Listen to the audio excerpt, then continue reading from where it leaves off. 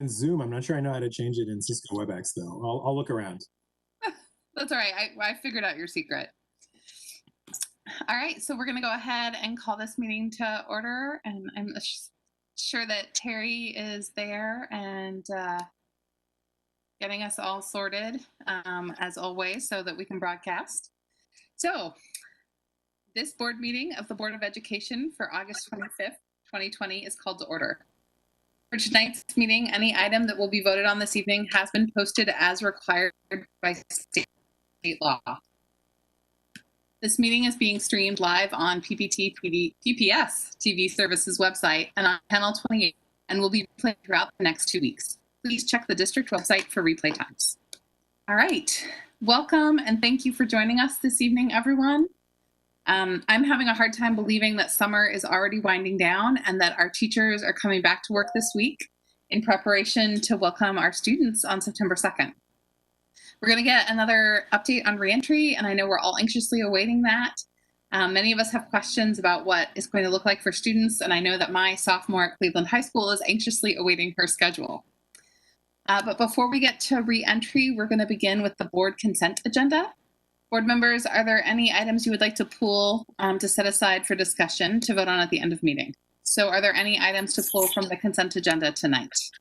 So just a quick question, is the resolution around the preschool measure, is that part of the consent agenda or has that been added somewhere else in the agenda? Or is that a separate item?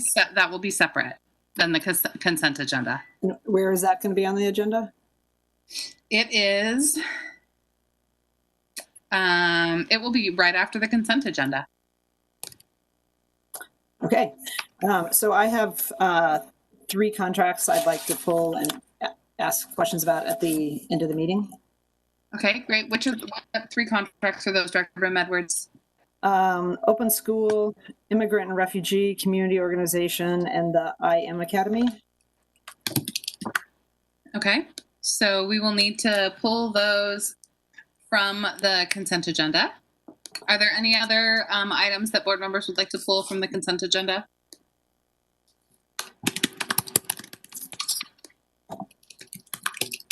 Hearing none, I'm going to double check so that we have those resolution numbers correct. So we're pulling 6162, but not all of the contracts in 6162. So Liz, how do we clarify that to make sure it's clear which contracts we're voting on and which ones we are not? So the 3 contracts identified by Director Brim-Edwards have been removed from the consent agenda. So you can recite the resolutions and 6162 as amended. Okay, great. And include the others that are in their original form. Okay. I'm actually going to have one question about the catapult one, but it's just one question, so you can let that one go. I'll just ask the question. Okay. So we're just pulling the 3 that you've listed: Open School, I Am Academy, and ERCO, correct? Correct. So then, Liz, do we need to? We could just move to amend the resolution, or is Director Brim-Edwards' request sufficient? Her request is sufficient. Excellent. Okay. Ms. Bradshaw, are there any other changes to the consent agenda? No. All right. Do I have a motion and second to adopt the consent agenda? So moved. Second. I thought that so moved was Michelle, but was it Amy? Yes. Okay, because I'm like, I don't think Michelle's here, but I'm trying to hear voices over speakers. So Director Constam moves and Director Brim-Edwards seconds. Is there any board discussion on the consent agenda? So I just have one question, and I don't know if this is for Deputy Superintendent Hertz or Emily Courtnidge with contracts, but it's about the contract term for the Catapult Learning. Do you want to include that in your questions at the end of the? Happy to do that. Is that okay? Yeah, they said happy to do that. Okay. Are there any other board discussion on the consent agenda? All right, the board will now vote on resolution 6162 as amended to 6164. All in favor, please indicate by saying yes. Yes. Yes. Opposed, please indicate by saying no. Are there any abstentions? The consent agenda is approved by a vote of 6-0 with Student Representative Shu voting. Yes. All right. Thank you, Nathaniel. All right, now we're going to move on to the item that Director Brim Edwards referenced that Director Moore has requested some time to bring to the agenda. Director Moore, would you like to introduce your item? Yes, thank you. I would like to offer a resolution to endorse the measure on the November ballot that will establish a voluntary program of high-quality, tuition-free universal preschool for all children in Multnomah County ages 3 to 5. Early childhood education fosters a range of early skills, including cognitive skills, social emotional development, and executive functions that are foundational for success in K-12 and into adulthood. Research over many decades has convincingly shown that participation in high-quality, developmentally appropriate preschool programs has a positive impact on all children, and especially for children of color and children living in poverty. But preschool has been out of reach for the majority of children in this county because of high costs and limited capacity. Oregon ranks 4th in the United States for the cost of childcare, and it's not unusual for families to pay upwards of 30 to 40% of their monthly income for preschool, even if they can find it. There's been capacity to serve only about 43% of the children in Multnomah County. And in the aftermath of COVID, that capacity is expected to be substantially less. This ballot measure will support the development of a diverse network of preschool program options over the next 5 years, prioritizing support for families who historically have had the least access to preschool, including BIPOC families, families of children with disabilities, families who speak languages other than English, and who are experiencing poverty and economic challenges. Moreover, in addition to preschool's clear benefits and better educational outcomes for children, public investments in universal high-quality preschool have been shown to be one of the most effective economic development strategies, with a return of almost $8 to $10 on every dollar invested. High-quality universal preschool is an infrastructure for families that allows parents to safely and securely participate in the economy and sets children up for educational success into adulthood. I think this program could unlock enormous potential for children and families, and it's directly linked to PPS's success in fulfilling its core educational mission. So I am asking my colleagues to vote to endorse this ballot measure. Okay, so what we'll do is we'll bring forward the resolution with a motion, and then we can have discussion on what Director Moore has brought to us. So the board will now bring forward resolution number 6165, resolution in support of a ballot measure establishing universal preschool in Multnomah County. Do I have a motion? So moved. Second. Director Moore moves and Director Bailey seconds this motion. Is there any board discussion? Hi, this is Director Constant. My only discussion is I sent a note to Director Scott today asking him in his role as the head of the Intergovernmental Relations Committee to really codify how we're going to go, what kind of process we're going to use for endorsing measures. We've talked about this for a while, but we haven't really set up a process, and these things always seem to come to us hastily, and they're brought to the board without deliberation and without criteria about whether or not we should or should not be weighing in. So if the Intergovernmental Committee could spend a little time just creating some parameters around that, I think that would be helpful for us, and I support this measure. So this is Director Brim Edwards. So I think that's a great suggestion. I also think we should have some sort of process by which resolutions get added. So this board members found out about it last night, at least I did.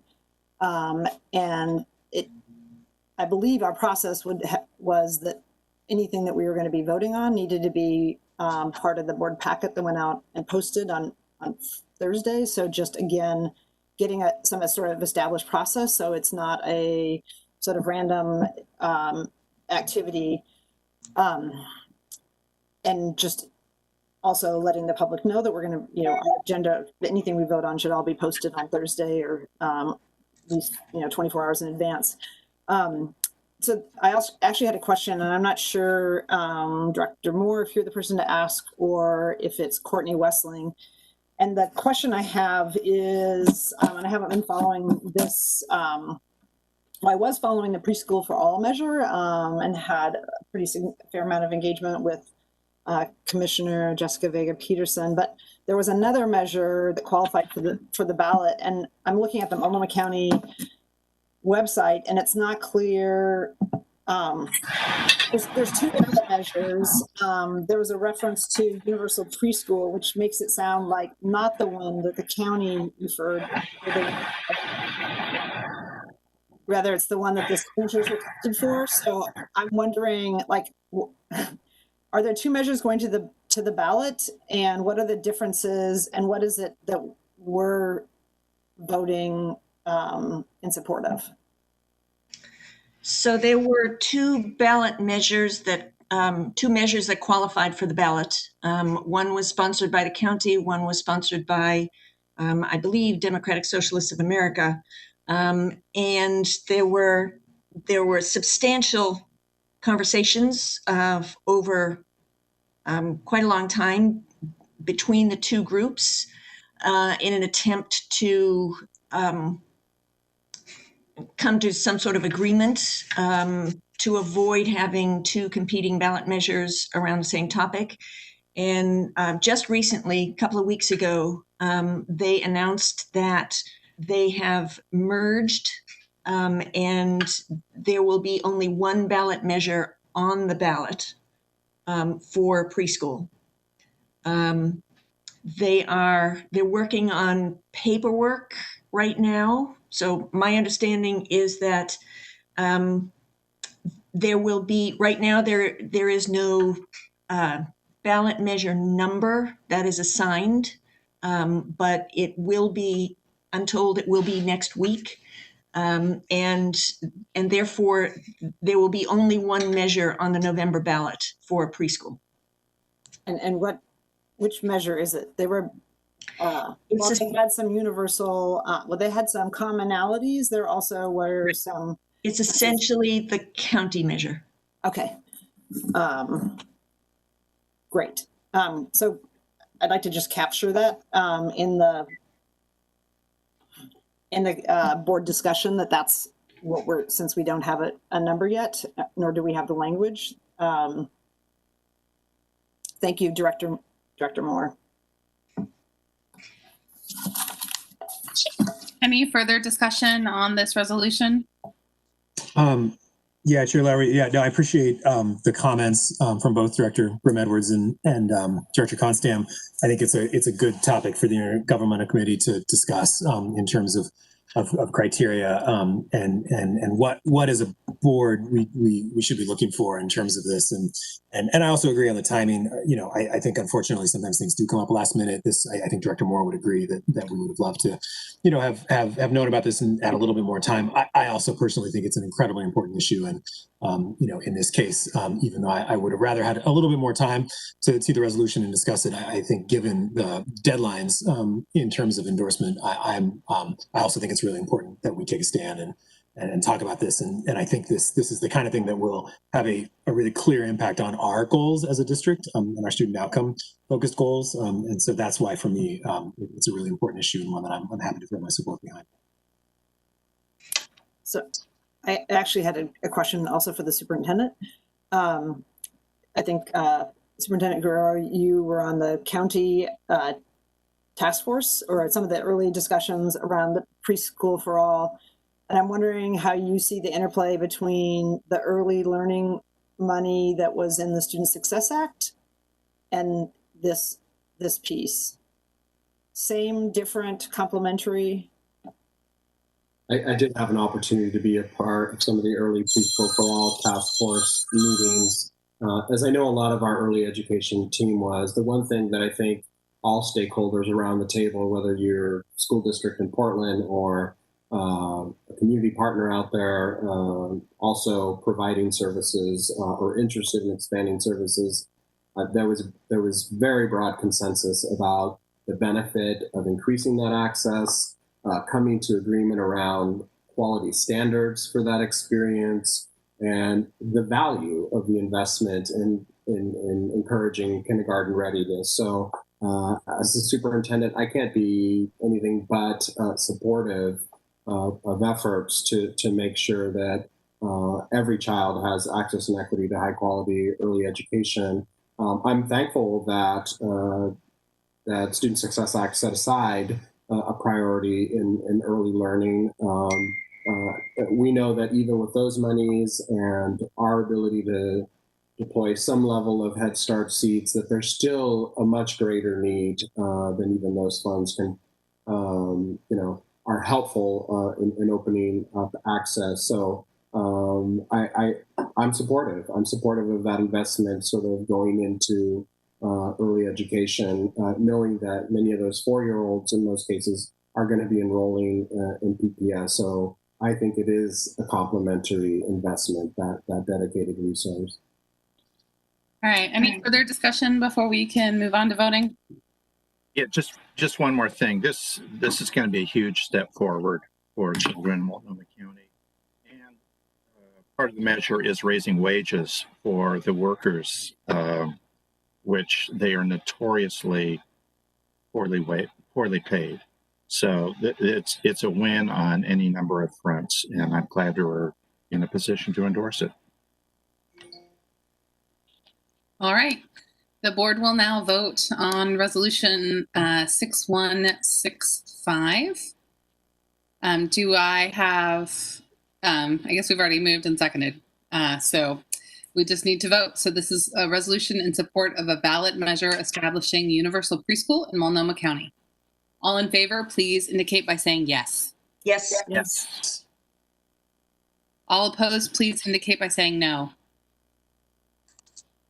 Are there any abstentions? I don't know if that was an abstention or just static, so we'll just go with that it was static.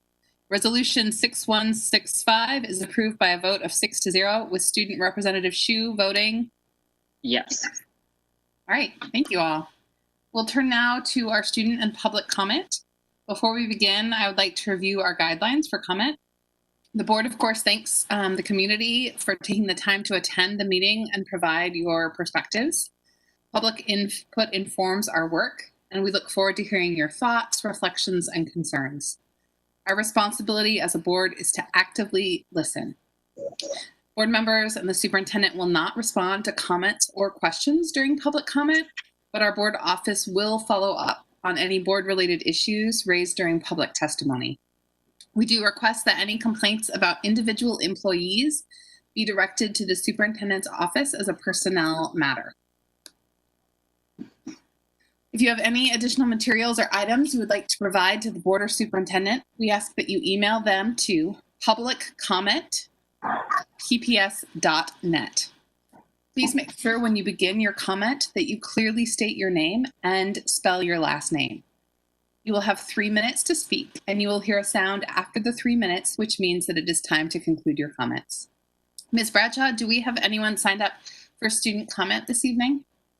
Yes. We'll start with Rio Briggs.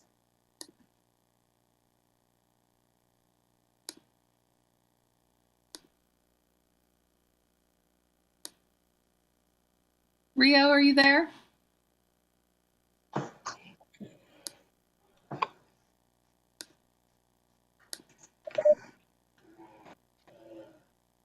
Rio Briggs?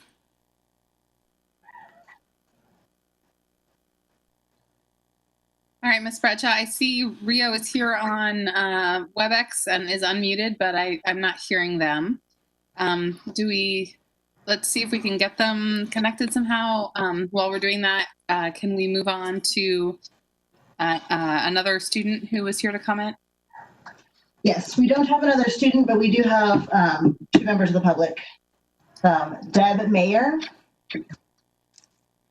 All right, Deb. Hi, can you hear me? Yes. Okay. Just wanted to make sure I'm not too loud. So superintendent, members of the board, my name is Deb Mayer, M-A-Y-E-R. I'm an education advocate and a member of 5G Free Oregon. I'm here to address two issues: food security and families, for families, and the safe use of technology. PPS can deliver good food and lessons to students. I'm proposing that we employ bus drivers and teaching assistants to literally deliver education to PPS students. Making more upset than doing it. Pardon me? I understand. I just made it so you don't have to do it. Number one, delivering meals to students who would ordinarily be eating at school is the least that we can do. Feeding kids good food is the most effective intervention to improving learning. Currently, limited food delivery is available to some students. We're proposing that PPS make daily deliveries to every family that wants it. Number two, you may recall that I advocated for Senate Bill 283 last year while running for PPS school board. I took a lot of heat for that. But the bill, I brought attention to harmful health effects of Wi-Fi radiation and wireless devices on kids. The bill passed unanimously. The law directed the Oregon Health Authority to produce a meta-analysis of studies on the topic. That report was due out in July, but it has been postponed. So what we want to do is to let you know a little bit about it today. And we are in, so what are some of the health effects that the Wi-Fi radiation has on kids? One, cancer, changes in the DNA, damage to the immune system, infertility, addiction, dizziness, nausea, headaches, fatigue, eye problems, sleep disturbances, and memory problems. So since kids are being asked to spend much more time with Wi-Fi and screen devices, we want to inform parents now. We're proposing that students be provided with composition notebooks, lessons, and books so that they have an alternative to online learning. Then even students without internet can be able to complete assignments and communicate with teachers on a regular basis. There is something intrinsically satisfying about such a system. We're not asking that virtual education be terminated, only that everyone is aware of the risk and knows how to use the devices and Wi-Fi safely. To recap, we're asking that bus drivers and staffers deliver good food and education materials to all elementary students for healthy and safe learning at home. We know of another school district doing this, and it is working. For lack of a better analogy, we are in a better call Saul moment. We need to fix this. We can start by telling parents and families about the harmful effects of Wi-Fi radiation and screen devices, and we're asking that you inform the family. So for more information, you can visit us at 5G Oregon Free and Parents Across America Oregon. All right, thank you for your testimony. Let's see if we can get Rio Briggs back. Rio, are you there? Ms. Bradshaw, could you unmute them?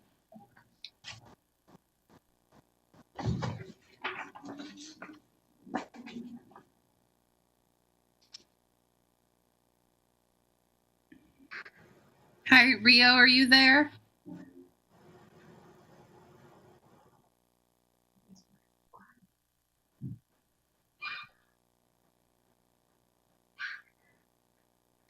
All right, Ms. Bradshaw, you said we had another public commenter?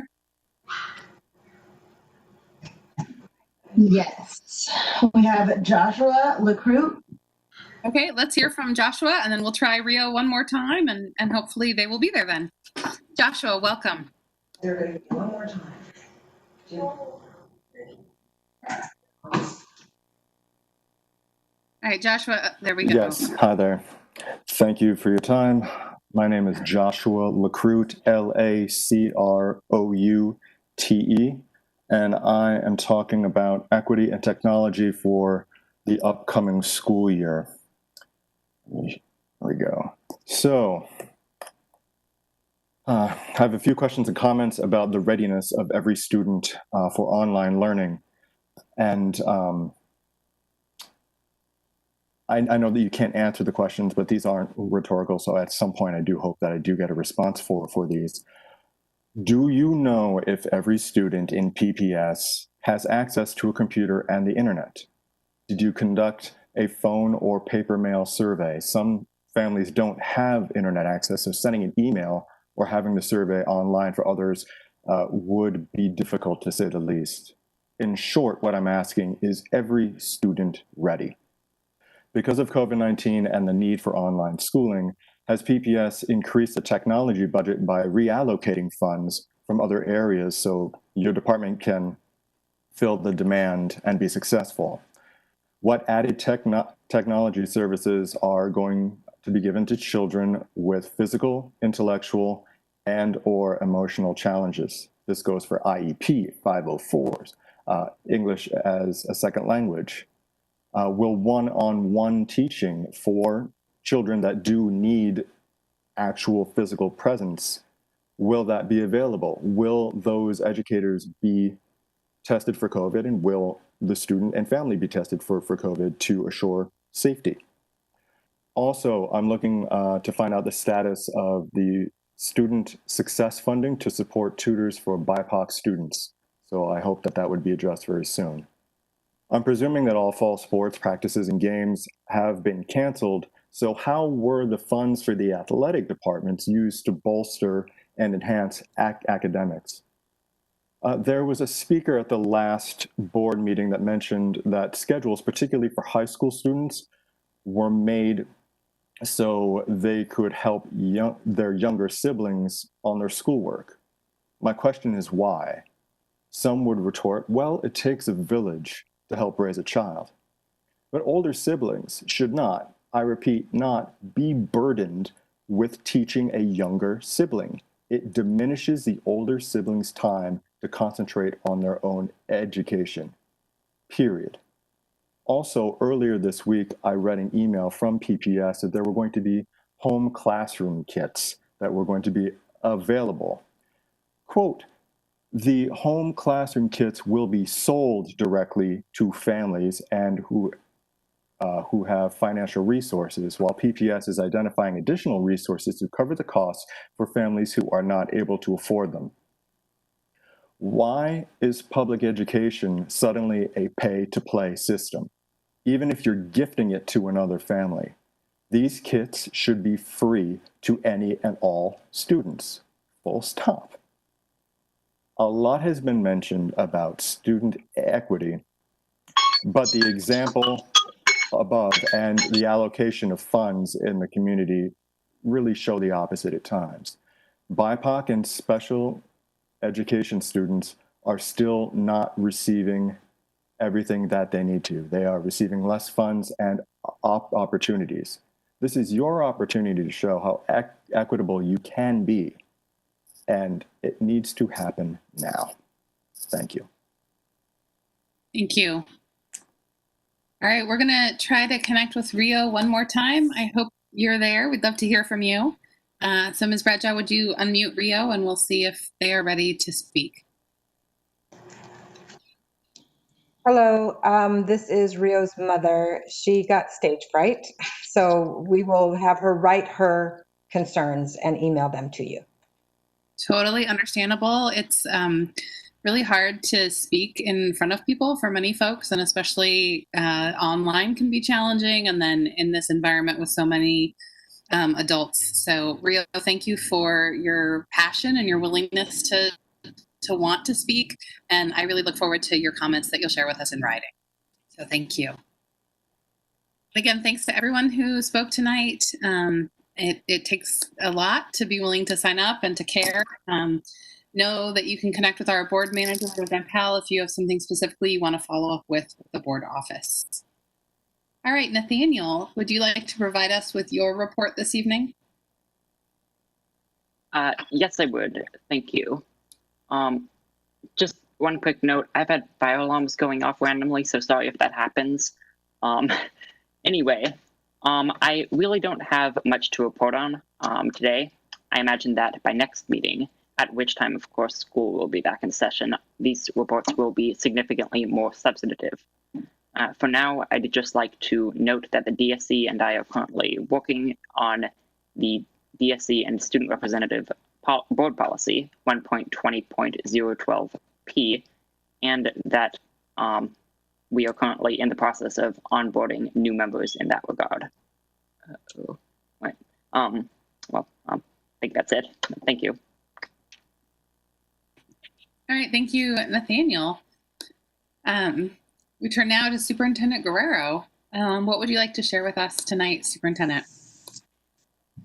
I echo, it can get a little anxious speaking to a large group of adults sometimes. Good evening, directors and staff colleagues, and good evening to everyone who's tuned in and watching on our live stream.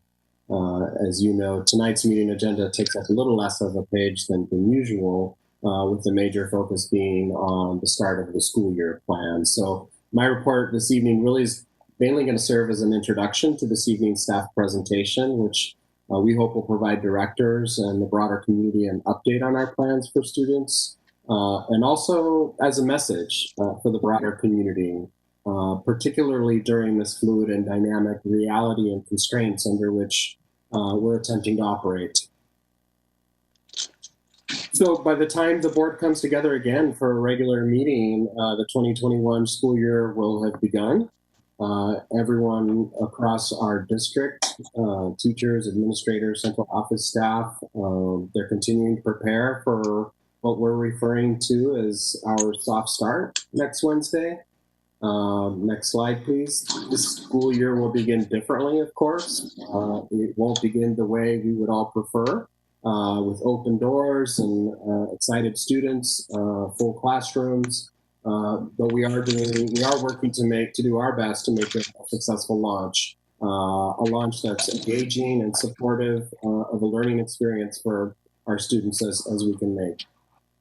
And next slide, we know that part of making sure that learning experience exists for our students is that we pay careful attention to those questions of access and equity that were brought up earlier, and that supports are made available. You're going to hear some of the details of a growing list of supports that will continue to be messaged to families. There's many challenges that have been brought on by this pandemic. We recognize, especially for students and families of color who have been disproportionately impacted.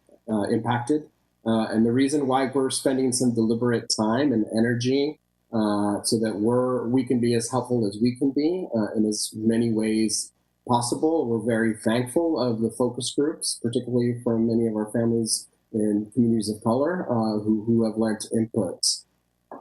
The soft start that I mentioned, because of that concern for our students' well-being, will be focused on our educators building those connections with our students. As you know, these are new classes. They hadn't been together before, which is a bit different from the springtime when campus is closed. So there'll be more attention to orienting our students and families. We are dedicating topics for professional development with our educators who are coming back this week, in helping them with guidance and giving them opportunities to exchange ideas with one another regarding how to really welcome and meet our new students, how to engage with them academically and virtually, how to get comfortable with those digital resources and the platform that we'll be relying on. But I will reiterate, many plans are underway for providing more support services to students and families than ever before. We've certainly ramped up our social emotional supports. You'll hear a bit later how we're partnering with our culture-specific partners to provide some deeper levels of family engagement to promote that student learning and support, with a focus on reducing the institutional barriers for families of color, and advocate for their needs. The partners will also be providing some important wraparound services, which include academic tutoring, extended learning, enrichments, and programming to provide that cultural identity development that matters now, especially, particularly during racial uprising that we're feeling. And a lot of this is possible. It's important to underline and appreciate is our student investment account resources at work.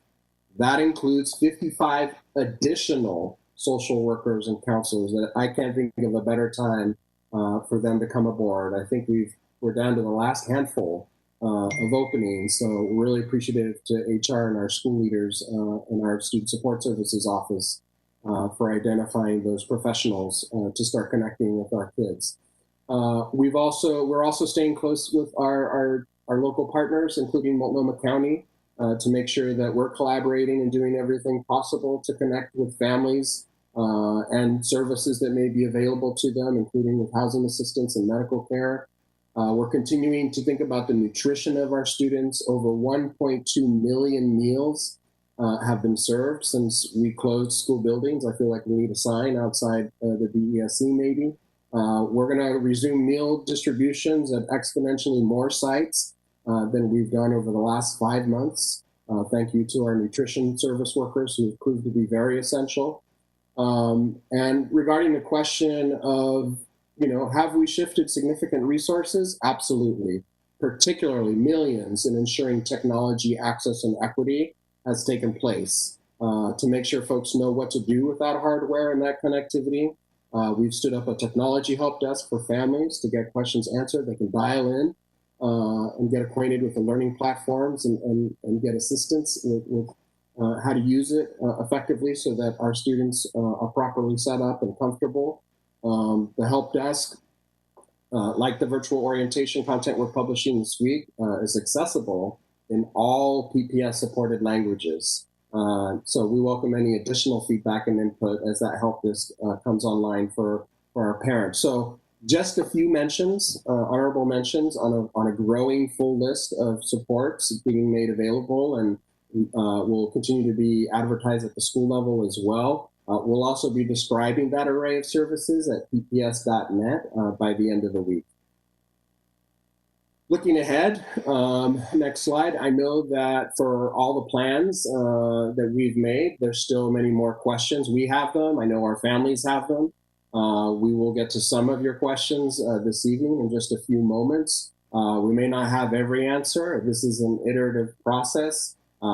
Friday evening, we were coming to conclusion in a few areas, so we're more prepared today now to talk about specific schedules, for instance, which I know everybody's anxious to hear more details about, but this is an iterative process. We are making adjustments, particularly after working and hearing from our school leaders, our educators, and certainly we'll continue to make adjustments as we hear from students and families as the school year gets underway.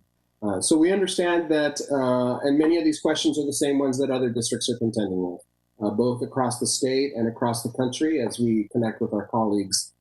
They're contending with these same challenges. You see a variety of responses and approaches, and frankly, a variety of impact on those decisions. So we have further work to do to clarify plans in certain areas. Spoiler, such as, what is that availability of childcare going to look like? What is the prospect of bringing in small groups of students to campuses for some specialized learning support? And what about athletics? So we're working continually on these almost daily, particularly with the Department of Education. We're thankful for their collaboration. We'll continue to be guided foremost, as we have been from the beginning, by our highest priority, the health and wellness of our students and staff. So stay tuned for an update soon regarding some of these items. If you don't hear a lot of details there, it's because they're still very much being deliberated. But as the first day of school year approaches, our families should know that we are thinking of those next stages of work to implement. So for when students can be allowed in buildings, whether that's in a hybrid cohort model, or we're planning for that eventual and much anticipated day when we can actually just open our doors to all students and staff at once. So we're also giving thought to what interventions, support opportunities, and enrichments are best going to address those learning gaps and social emotional impacts that this pandemic has wrought. We recognize that. It's not easy. This next month, this school year, it won't be easy. But we will do our best to remain focused on delivering on our educational mission as best we can. We're here to support our students, to serve them. We will need everyone's support. Thank you, board, and our broader city, particularly as we anticipate state budgets are going to get tighter in the coming months and certainly in the new biennium, just at a time when our students and our families are going to need more from us. So we'll continue to be as strategic and efficient as we can be. Moving forward, next slide. So things may not get easier soon, but they will continually get better. Next week will be better than this week because we're going to see our students. We'll see their faces. We'll be better at delivering distance learning to students because of what we learned this past spring, and we will have had more time to plan than we did last March, when our educators had very little time to make the switch to online learning. So one day, hopefully very soon, we'll be inviting our students back to seeing them in person, face to face. So things are going to get better. So I want to thank you for your patience. I'm very grateful to our staff who have worked tirelessly to get us to this point. I'm grateful for the patience shown by our families. We're all navigating something very unprecedented here in our community. We appreciate the partnership of our labor partners, whose collaboration has been essential, especially as plans get underway. We're as focused as ever to get through these challenges that we're facing. We may be virtual here at first, but we are excited for learning to begin once again in the coming week. So it's with these opening remarks and message to community, Chair Lowry, staff's prepared to provide our next school opening update. We've switched it up. So now on the pitcher's mound coordinating our district efforts is Dr. Russell Brown, our Chief of System Performance. He'll have supporting roles this evening from Danny Ledesma, our Senior Advisor on Racial Equity, our Chief of Schools, Dr. Sean Bird, and additional staff who are all playing a critical role. And certainly everybody's here on screen to take any questions. We'll do our best to answer as best we can to provide those details. We're excited about the learning experience ahead that our students and our families can expect, and we're excited to share some of those plans with you this evening.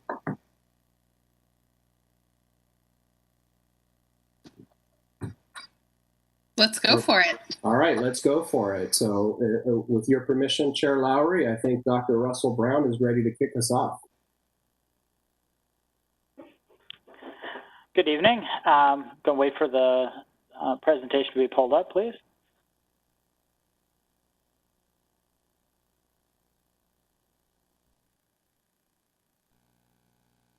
Perfect. And if we could go to the next slide. So good evening, members of the board, Superintendent Guerrero, and members of our larger community that are watching this evening. Pleased to have this opportunity to provide an update to the board. Always like it when the superintendent steals the majority of what I'm getting ready to say. It makes it a little easier for me. It is an evolving environment, and we're working to respond to it as quickly and as iteratively as possible to improve the experiences for our students. Throughout our work in terms of our response to COVID-19 pandemic, we've consistently centered on our theory of action and our planning. And I'm just going to reiterate that if we braid racial equity and social justice strategies into our instructional core, work with our students, teachers, and content, and build our organizational culture and capacity to create a strong foundation to support every student, then we will reimagine Portland Public Schools to ensure every student, especially our Black and Native students, who experience the greatest barriers, realize the vision of the graduate portrait.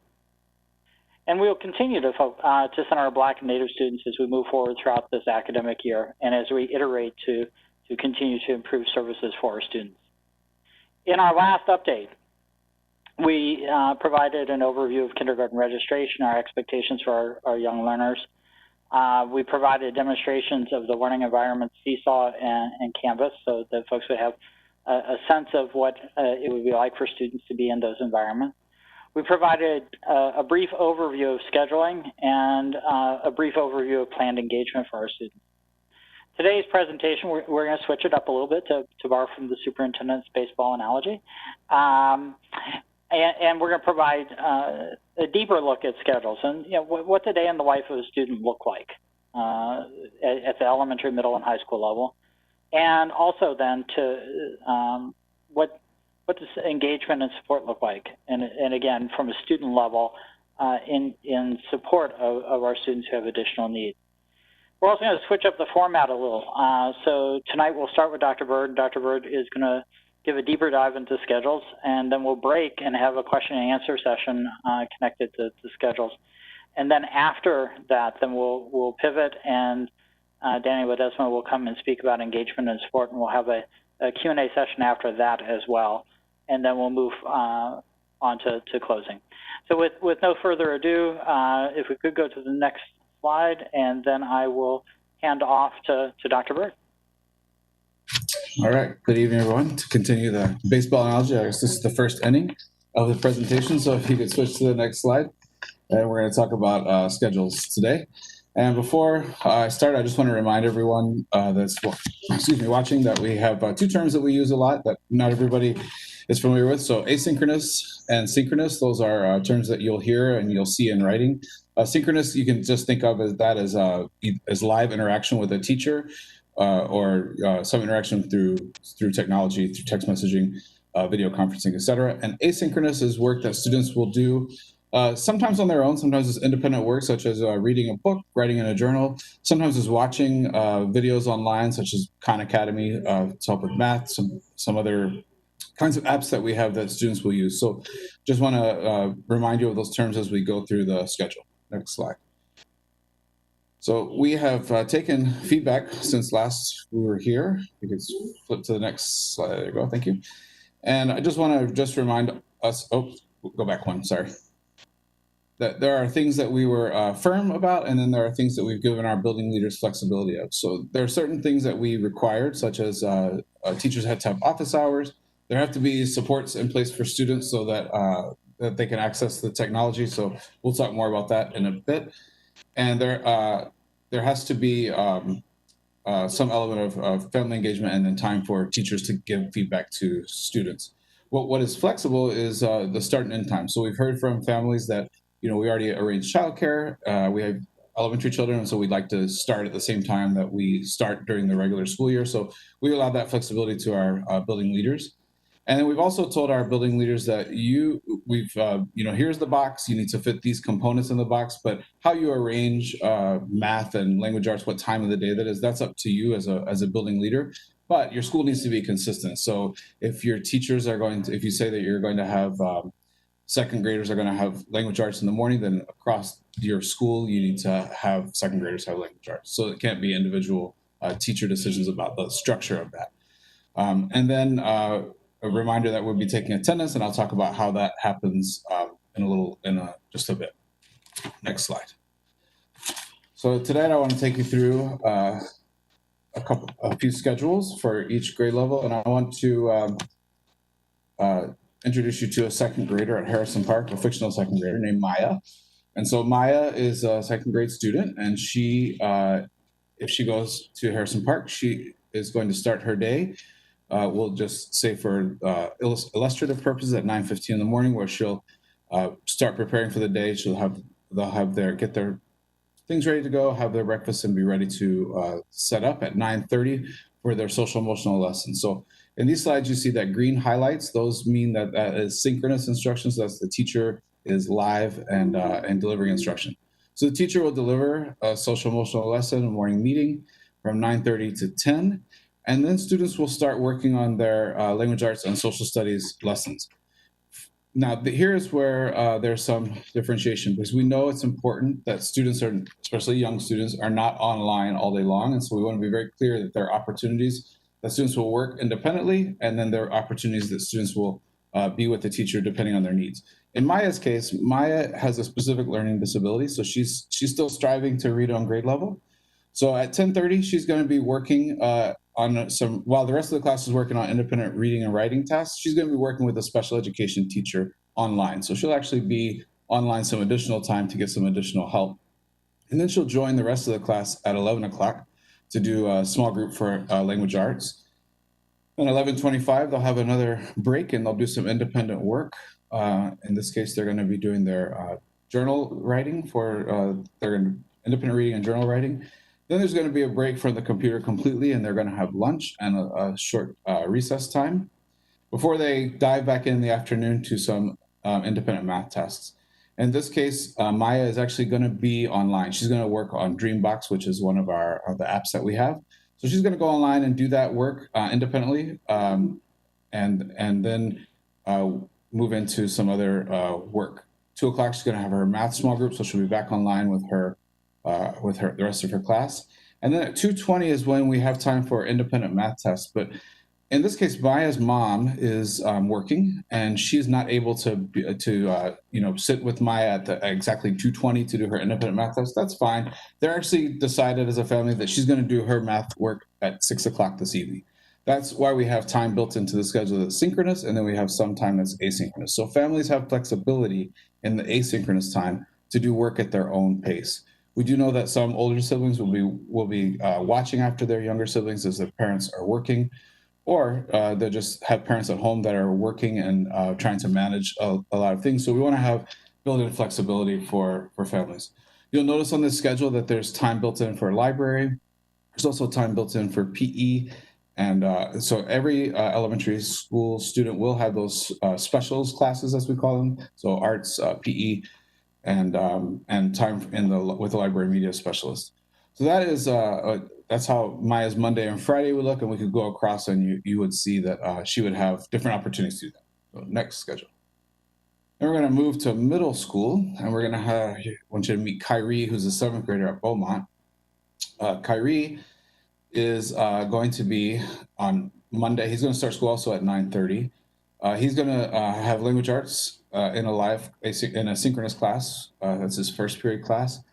So in the morning from 9:30 to 12:15, Kyrie is going to be engaged with his teachers. He's going to follow his schedule, the first 3 periods of his schedule. So in his case, it's language arts, PE, and math. Then he's going to have lunch and have a little break from the computer.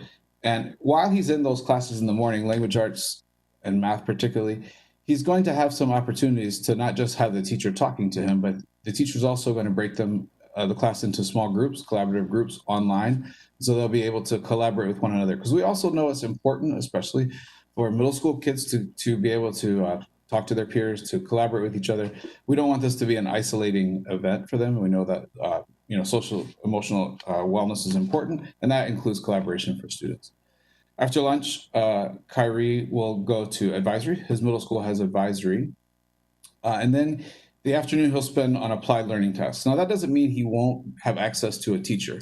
He may very well need to check in with the teacher, the teachers that have assigned him work in the morning. He may get stuck and need to have access to some staff member. That will be possible in the afternoon. So it's not that he's done at 1:45.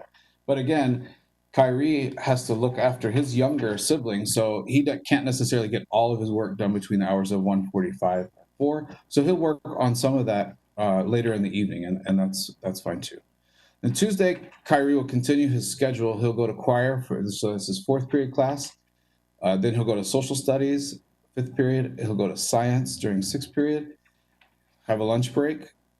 He'll be doing, he's in a school that has actually a 7-period day. So at 1:45, while schools that have 6-period day will be doing applied learning, he'll actually be in his 7th period class, which is a Spanish class. And then he'll have some time for applied learning. Now, Wednesday, Thursday, and Friday will look different for every student. So you'll see there that it's all highlighted green, but that's based on the teacher discretion. So in Kyrie's case, he's doing really well in language arts. He did well with his applied learning activity that he turned into his teacher. So he's gonna he will have an opportunity to drop into office hours if he needs to, but if not, he'll just continue working on his assignments. But his math teacher would actually like to see him in a small group. So he'll be actually at 11:30, he'll be logging on the computer to see his math teacher with some other students who are trying to accelerate in math, and there are they are trying to go into algebra by 8th grade. So he's going to be working on some advanced math problems. And so the same thing will be true on Thursday. Friday, middle school students will have the opportunity to see all of their teachers if they need to. Otherwise, they'll continue working on their applied learning activities. Next slide. Now I want you to meet Marcos, who's a 10th grader at Roosevelt High School, a Rough Rider. He is going to be engaging in the morning applied learning from 8 to 9.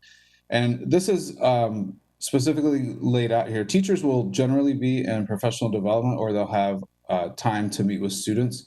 Now, Marcos he plays in the band, and he's going to have band first semester. You can see there he has a 3rd period, but he really wants to make sure, his band director really wants to make sure that he is keeping up with practicing his music and making sure that he's keeping up his skills. So he's gonna have a chance to meet with his band director later. Besides his class, he's gonna have a chance to meet with his band director later in the week, and that'll be throughout the year. So let's just go with his Monday schedule. He's gonna have first period Spanish, 3rd and 4th period, or I'm sorry, first period Spanish, 3-4. Then second period, he'll have English. And these blocks for high school students are a little bit longer. They're 75 minutes than middle school students. Then there'll be a lunch break. Everybody will go to lunch. 3rd and 4th period, 3rd period is band, and 4th period is algebra. So those on Monday, that will be an asynchronous day. So he will either be working on practicing his trumpet by himself, or he will maybe he'll do some small group instruction with his band director. If he might have sectional rehearsals on his asynchronous day. In algebra, same thing. He may do his applied learning, or he may work in small groups if the teacher requires that. In the afternoon, he's going to have a break from 3:15 to 3:45 to do whatever he needs to do, catch his breath from the day. And then he's going to have his club meeting from 3:30 to 4:30. So we know it's very important for our secondary students to be able to, again, connect with their peers. And we want to make sure that we are running clubs and activities that we would normally run. So Marcos is in a club.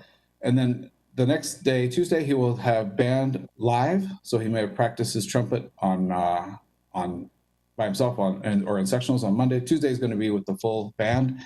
And then 4th period, he's going to have his algebra class live. So whatever he was working on yesterday, he'll be able to practice that. And then his 1st and 2nd period will then be asynchronous. And in Marcos' case, Spanish, he's going to be working. He took a quiz on Monday and he didn't do so well. He actually made a D on that quiz. So he's going to be working with his Spanish teacher in a small group for about 20 minutes just to kind of remediate that, and so that he can improve for the next time and maybe do some makeup work so that he can improve his grade. On Wednesday, Marcos will actually have the opportunity to see all of his teachers for a period of time there. Then again, that's just like the middle school, it's teacher discretion if they need to pull him. So if he needs to do some more intense work in Spanish or English or any of his classes, that he can do that with his teacher. And then we have from 12:35 to 1:50, he's going to have office hours for any of his. He'll be able to drop in by appointment to see his teachers until 1:45. Afternoon, he'll have applied learning, and then at 3:30, he's going to have band practice again because Marcos is in symphonic band. He really wants to, prepare for when we go back to school and we are able to have a concert. And his band is actually going to practice every Wednesday at this time. So teachers that would normally be in a PLC, the band teacher will have some opportunity. It may not be at this time throughout the day, but they'll have some opportunity to work with those groups of students in ensemble groups and in other classes.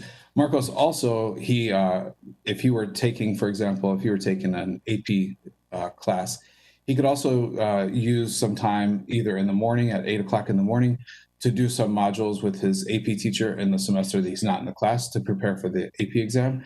Beginning September 1st, the College Board is releasing a bunch of video modules for all the AP courses so that because so many schools are going to this schedule. So there'll be additional practice that he'll have access to a teacher to help him through that. You can also do those on your own, so depending on what he needed to do.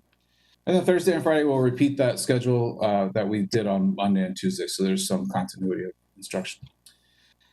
Next slide. And I want to introduce you to Tasha. She's my last friend tonight. She's a junior at Cleveland High School, and she is really dedicated to the IB program.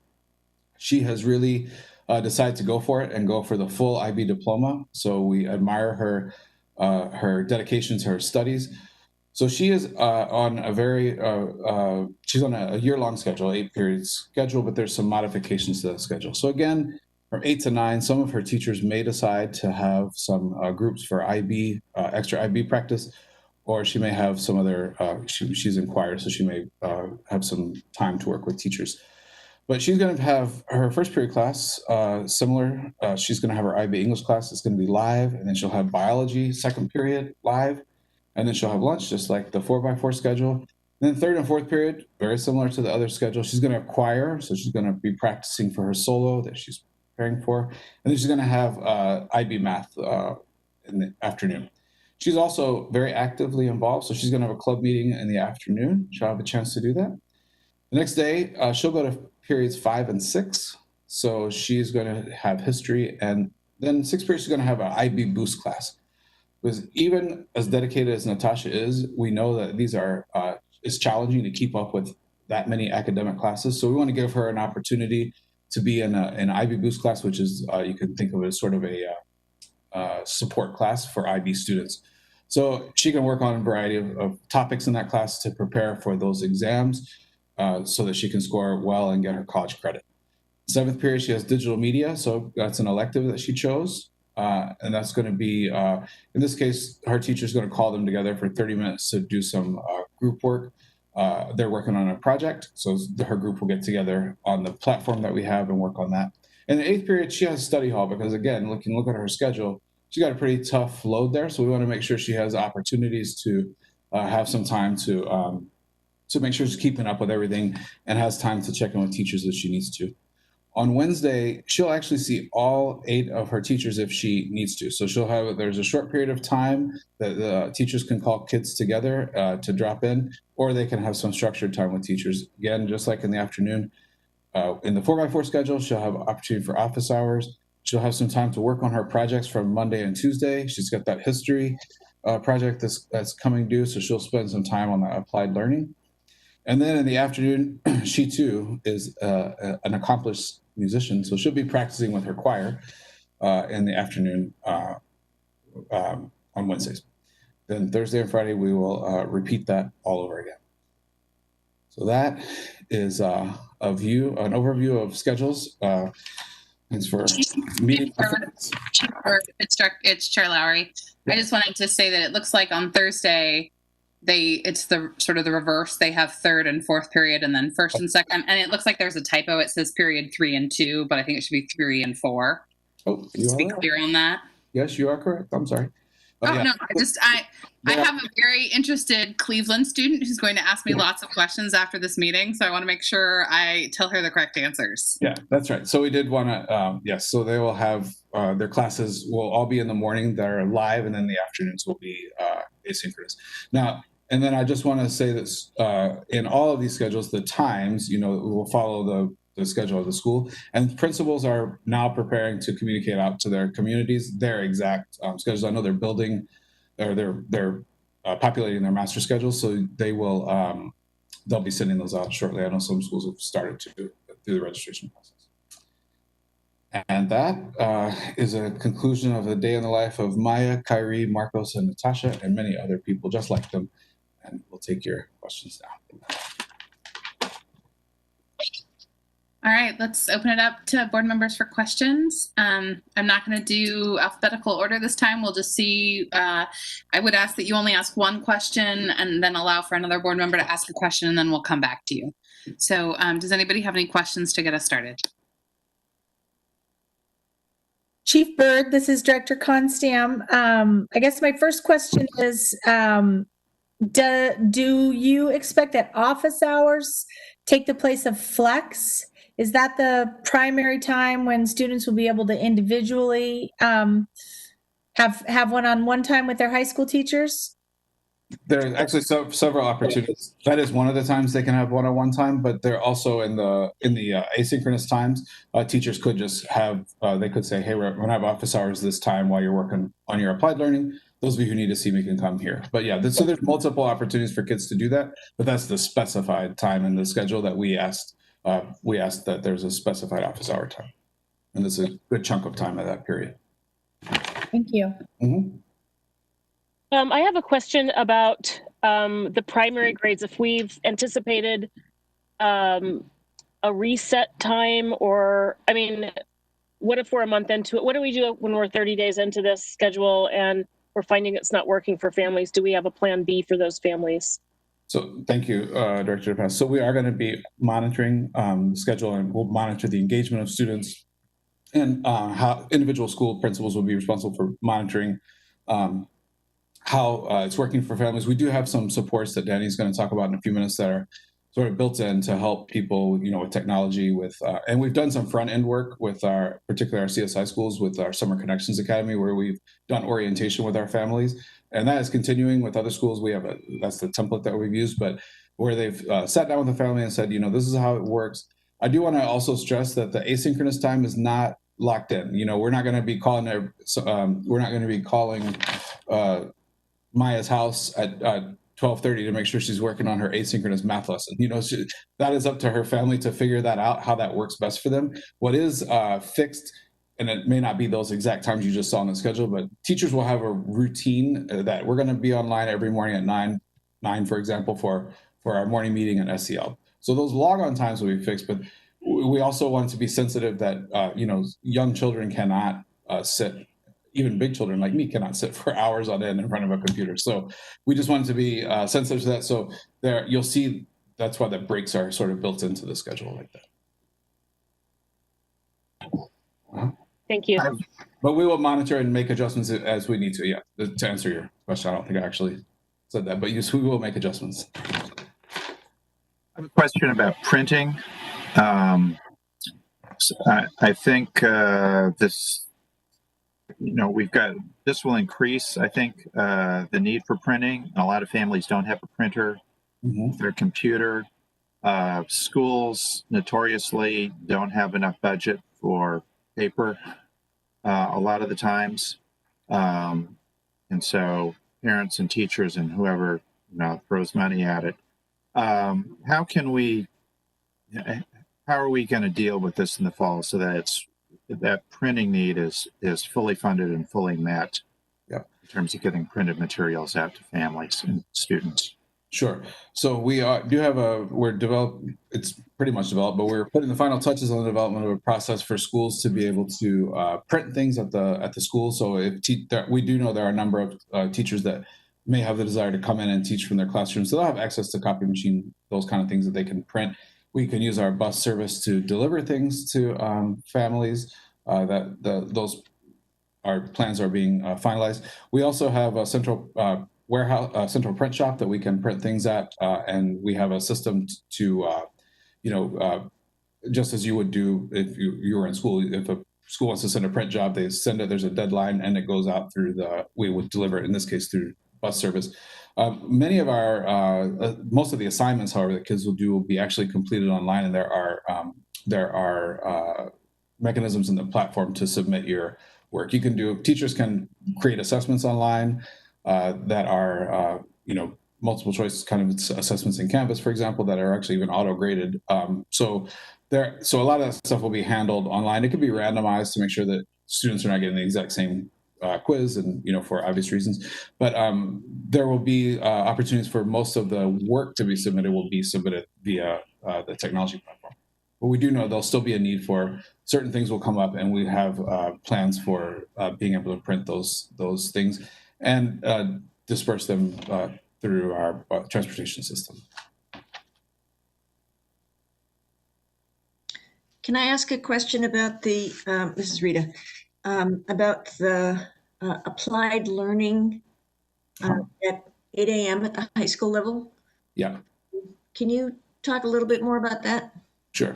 So from 8 to 9, that's time where teachers are either in PLCs or PD, or as I mentioned, we wanted to build some more flexibility into our high school schedule so that those students who are involved in AP or band or choir or those ensemble groups that may need to meet some of those teachers that there's only one band director at a school, so a PLC of one is a bit challenging. So they could be released from that time to work with the band on certain days. Other days they could meet with other band directors at other schools. So there's flexibility in that 8 to 9 o'clock hour, and it's for students they'll do their own work. They'll be have projects to do throughout the year. It's also time for them to kind of get ready for their day and get set for have breakfast, do all those things, and then join the class at 9 o'clock. So are they, is that hour going to be potentially required time for students? It's required. Yeah, it is it's part of the day for students in that it's asynchronous time. So they'll be working on a project. They'll be getting they could be meeting with a small group of, maybe they have a project in social studies. It's a group work and there's 3 people in the group. Those 3 students could meet together using our platform to collaborate or whatever, or they could just be getting, they could be working on individual work at that time. Okay. But again, it doesn't have to be done between 8 and 9. That is purposely flexible so that kids that can't do it at that time, maybe they'll do it when I was in high school, I did my best work at 11 o'clock at night. That's not great, but maybe that's when they choose to do it. Ditto. Yeah, I'm just a little concerned that it looks on paper like we're moving in the wrong direction for high school schedules. I was hoping that we would be moving later, not earlier. But if this is intended to be really flex time. It is, yeah. Okay. The actual live class won't start until whatever time that was on there. Yeah, it is a bit later for them. Okay. I'm just going to say this. I'm still concerned that some schools and some teachers may end up requiring that students be functional at 8 a.m. And everything we know about physiology for adolescents says that that's problematic. So what I can say with certainty is that no teacher will be requiring a student to log in because teachers will be engaged in PLCs or professional development. So there will be there's no instruction that's delivered at 8 a.m. in the morning, unless it's arranged between, like the band or the choir, unless it's something like that. But that's usually happening in the afternoon. We built time in the afternoon for that schedule. So teachers will be involved in PLCs. And so there will not be any. If a student chooses to get up and do their math homework at 8 o'clock, that's their choice, but there's no login time at 8 o'clock. Okay. All right. Thanks. Thanks. Is there a login time at any point? Yes. Yes. For their classes that they have to follow that bell schedule. First period, they have to show up to first period so high school is the morning, really from 9 to around 12 is actually they're engaged in live classwork. And when you say show up, what does that mean? They're on a video screen, or they have, in the chat logged in, or what is that? Yeah, so thank you for that question. I'm glad you brought that up, actually. So, the truest form of synchronous learning would be if you were my teacher, Director Brim Edwards, and this was your class, you would see all of us, our bright and shining faces here, and you would deliver instruction to us. So that's the truest form of synchronous learning. That's how we'll record attendance for that class period. Now, you notice that the kids are going to like 2 classes in the morning, and then they have the afternoon asynchronous. So how will we know if they're participating in that? At some point in the day, they'll need to log on to Canvas, and it doesn't have to be at 2 o'clock in the afternoon, but they'll have to log on at some point and do whatever task is required of them, and we can detect that login, and then that counts as our positive attendance for that student during the day. Now, will they? So they should log in for their class, and they should be just like we are looking at each other now.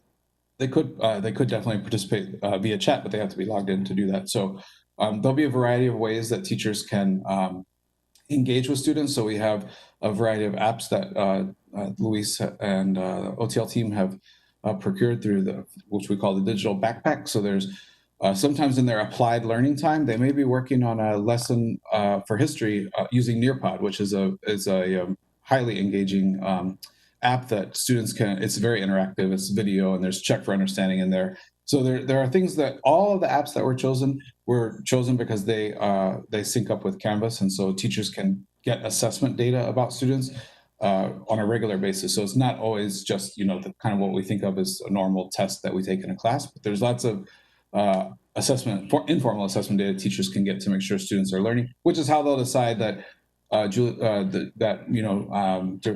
may need to see Andrew because Andrew is he's just not doing well in history. And I look at his Nearpod, he's really not logging in. He's staying on there for 35 seconds. I can tell that. So then I'm going to tell Andrew, hey, I need you to come on small group day and work with me so we can check that out. So there's lots of different kinds of checks and balances in these plans, so that teachers are able to respond to the needs of students. Can I just say, as the parent of a high schooler, this is great, and I really appreciate all sort of the flexibility for students, but also that rigor and a way for I was telling someone today that grades are a communication tool, and so the goal is to help students and parents know where kids are, and so that having that ability to look at all of that information and be able to respond and be able to say, okay, we need you in small group, or like Director DePass, as you said, like, are we going to be able to be responsive and flexible? These kinds of things allow teachers to see where students are and adjust. And I think that's going to be really key. So I thank you so much for the work you and your team have done on this, Chief Byrd. All right, are there any other questions before we move along to the next portion of our time together today? I have one other. Oh. Go ahead, Director. I have one other question. And I realize this is an incredible undertaking with not enough time and sometimes conflicting directives from the state. We did have some families request to see if we could do some evening instruction. Presumably these are parents who work during the day and would want to be there to support their child for at least part of the instructional day. Can you talk about, did you consider that? Incredible challenge to do that. It's hard enough doing one schedule. Yeah, and we really, we really wanted to have students have the most routine as possible. So we wanted to kind of mirror the schedule for a couple of reasons. Also because our teachers, we have to give them a predictable schedule to work as well. So the schedules that we consider all, daytime schedules, again, with flexibility built in so that if their parents can certainly check in on them and see what's happening, but we'll have opportunities to review the kind of work that they're doing. These platforms are 24 hours a day, 7 days a week. So anytime that a parent would like to be able to see progress of their child, they can. But we won't have any instruction outside the regular school day, except for what we already have with Portland Evening Scholars, or those programs will still operate the way they are operating. The Multiple Pathways to Graduation programs, their schedules are going to be slightly different from the ones you saw here because they are unique programs that are offering very unique. They're tailored to a unique group of students. So those programs would operate a little differently than the regular high school program. So these families would probably really appreciate the kind of technical assistance. Yep. So in the evening, they can, with their student, log into Seesaw or Canvas and really see how their student's doing, what their student has been working on. Yep. And thank you. And communicate with the teacher. Yes, thank you for that. And we'll develop some around So I have two questions, and they're totally different. One is I have some people I work with who are taking time off from work from home in order to be able to help their K-5 students get online and make the transition that's going to be required. And obviously a lot of people aren't going to be able to do that, whether if they're essential workers or they don't have that option to take time off, whatever the set of circumstances. How how would parents get help from the school district if they're in that situation? Like, I am an essential worker, say I'm a OHSU nurse, and that's my shift, and so I can't be there. Where do people go to raise their hand? Is that like at the school level? Is there a centralized? Yes. So Director To a learning pod, or what? So that's coming up actually in Daniela Desma's presentation. She's going to be talking about the supports that we offer. So I will just say that there are those are coming online as we, more and more, as the superintendent said earlier, are coming online as we are continue to develop those. But we do know that people have unique needs, and our principals are sort of our frontline advocates for those, and they have reached out to us about a variety of situations. So there are definitely alternative solutions that we are working with, and so that would be part of Danny's presentation, and then we can come back and ask questions again after she. Okay, let's go ahead and do that. It's 7:23, which means we've been here almost 90 minutes. So let's take a 3-minute stretch break. I'm gonna ask that everybody stand up, including you, Superintendent Guerrero, just so that we stretch a little bit. It's good for our bodies, it's good for our brains. Thank you, Director Bailey, for following directions.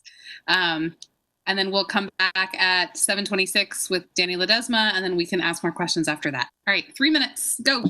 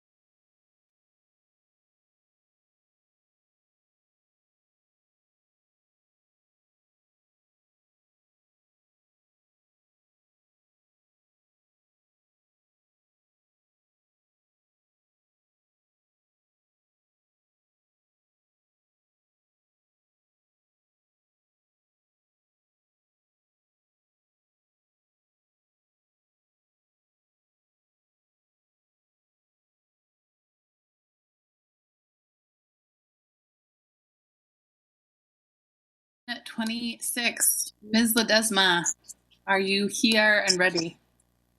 I am. I'm here and really ready. All right. Ready and excited. Well, thank you everyone for your patience. I know that folks are anxiously awaiting hearing a little bit more about family supports. As we heard from Chief Byrd, we know the power of the instructional core in the education of students. We know how critically important it is that we're focused on that instructional core, but we also know how important it is to ensure that the cultural, emotional, and basic needs of our students and families are met so that we can really make sure that we're ensuring that our students are succeeding. And as we all are aware, given the challenges of COVID, the economic fallout as a result of COVID, and the struggle for racial justice, our students and families are in need of quite a bit of set of supports in order to be able to thrive and realize their potential in these challenging times.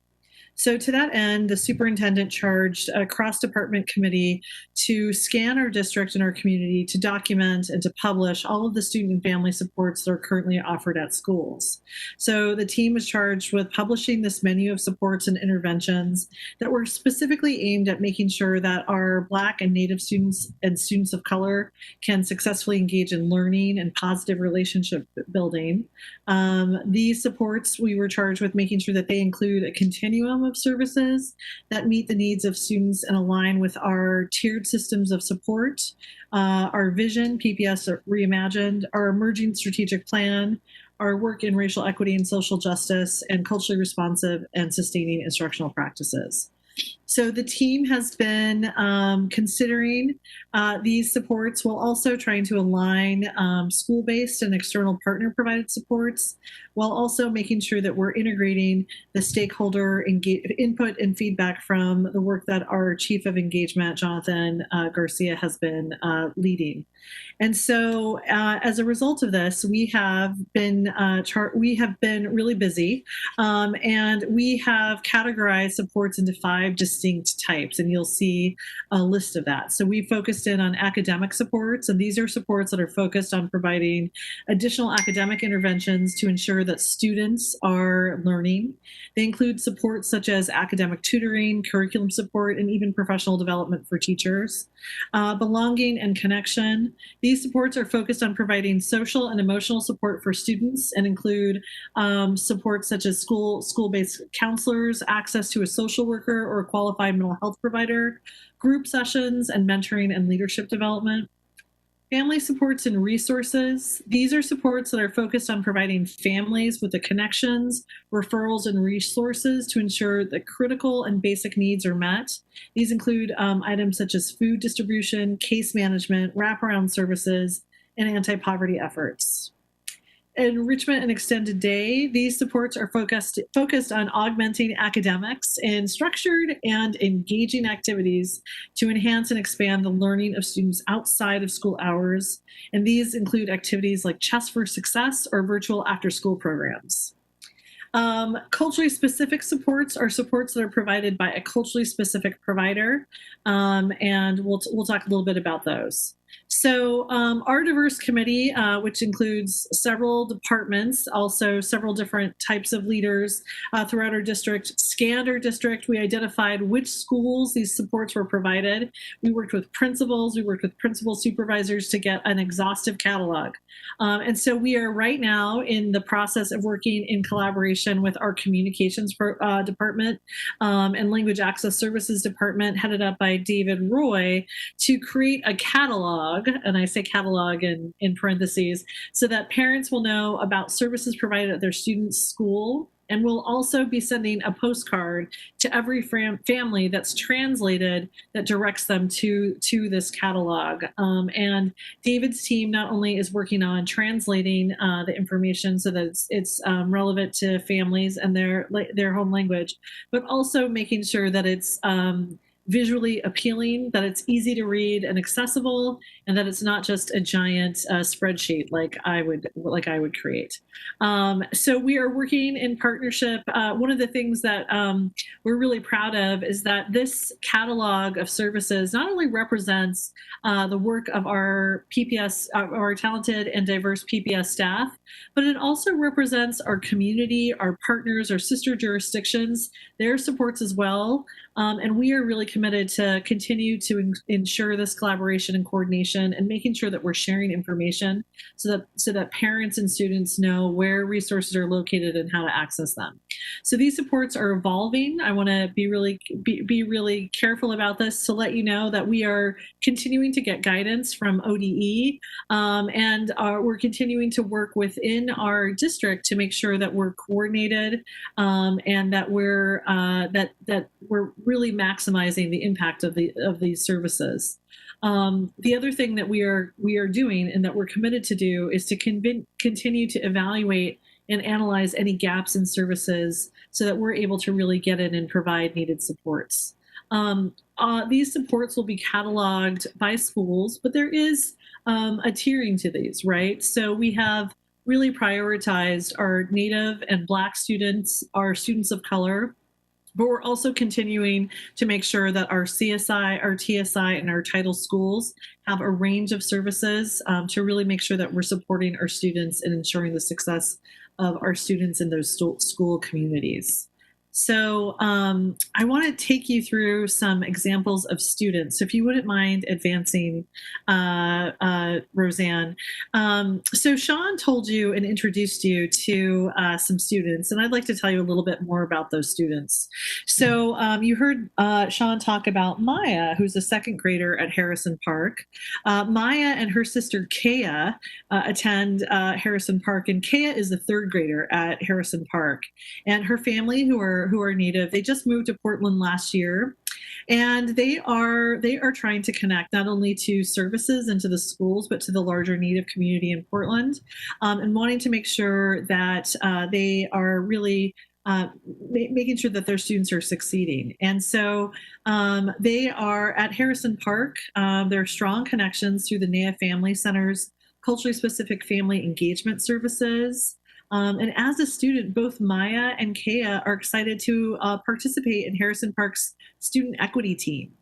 Maya's mom, as Sean mentioned, is working, but unfortunately her dad lost his job, and they are worried about how they're going to be able to meet all of their basic needs, including food.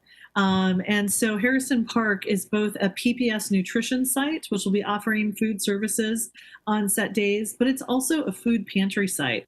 So on days when nutrition services aren't available, the family will be able to access the food pantry to be able to shop for food to get them through the weekend and through those times when they need additional food. Kea is a third grader, and she really likes school. She's learning she's learning about her peers and really likes that. But one of the things that the principal and teachers have identified is that she's struggling with reading. And so Harrison Park has access to instructional specialists, and it's also a Sun Community School where she'll be able to access additional academic supports to really round out and really get her on track for reading in third grade, which, as you all know, is a really critical time. We heard about Kyrie. Kyrie is Black, and he's a seventh grader at Beaumont, and so he's right in that critical pre-adolescent to adolescent age. That's really important. And Kyrie has really struggled with connection during COVID and also this summer's racial uprising. It has been really difficult for him. He is not really looking forward to starting school again. And he especially, even though he's doing well in English, as Sean talked about, he's really struggling with math and has some anxiety about math. So Beaumont is a Sun School site, as well as a Sun Youth Advocacy site and a Promise Neighborhood site. So both Sun Youth Advocacy and Promise Neighborhoods provide culturally specific supports and case management at the middle school level. But also this year, Black Parent Initiative will provide positive cultural identity development program in partnership with Beaumont.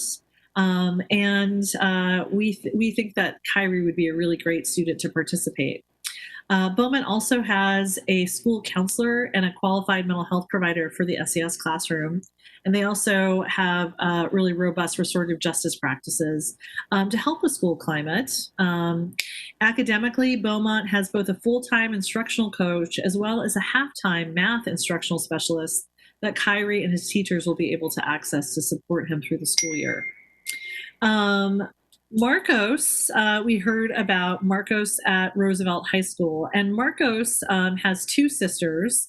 One of his sisters is Esperanza, and Esperanza attends Roosevelt with him. And then he also has a sister, Luisa, who attends George Middle School. And their family identifies as Latino. And Marcos, before coming to Roosevelt in 8th grade, when he was at George, was identified as an academic priority student. And so Open School, in partnership with George and Roosevelt, worked with Marcos and has spent some time with him in his summer before he came to Roosevelt, and then has been working with him, and he is doing well. As you heard, he's a really avid musician, and so he's doing a great job of balancing his academic and his arts education with the help of his Open School advocate. Unfortunately, his sister Esperanza, through COVID and all of the virtual reality, has really struggled with some online harassment. She has really sort of retreated from school and school activities and has really struggled to connect with her peers because of the climate online. And so we're really excited that she can access Latino Network's Escalera and Early Escalera program. And at Roosevelt, Latino Network also has a Colegio de Padres. And through this family engagement program, they can really support Esperanza's parents so that they can help navigate some of the online parental controls for technology, as they can really understand the technology that she's using and help work with Esperanza to come up with a plan to make sure so that she's really protected in the online environment. Roosevelt is also a Sun site school. They also have an on-site community mental health provider that is culturally specific, a counselor, and a social worker. And so this team of folks between the staff at Latino Network, the Sun site lead agency, the community mental health provider, the counselor and social worker are all working in alignment to make sure that she has access to services and support so that she can come through this online bullying experience better. Luisa, we heard about their sister Luisa, who attends George Middle School, and there is a food pantry site at George, and so family will also be able to access that when the PPS nutrition site, which is at Roosevelt, is not available. The last student I wanted to talk to you about was Natasha at Cleveland. And so we heard that Natasha is in the IB program. She is very interested in school, but Natasha has quite a bit of anxiety about college and really wanting to, is really struggling socially.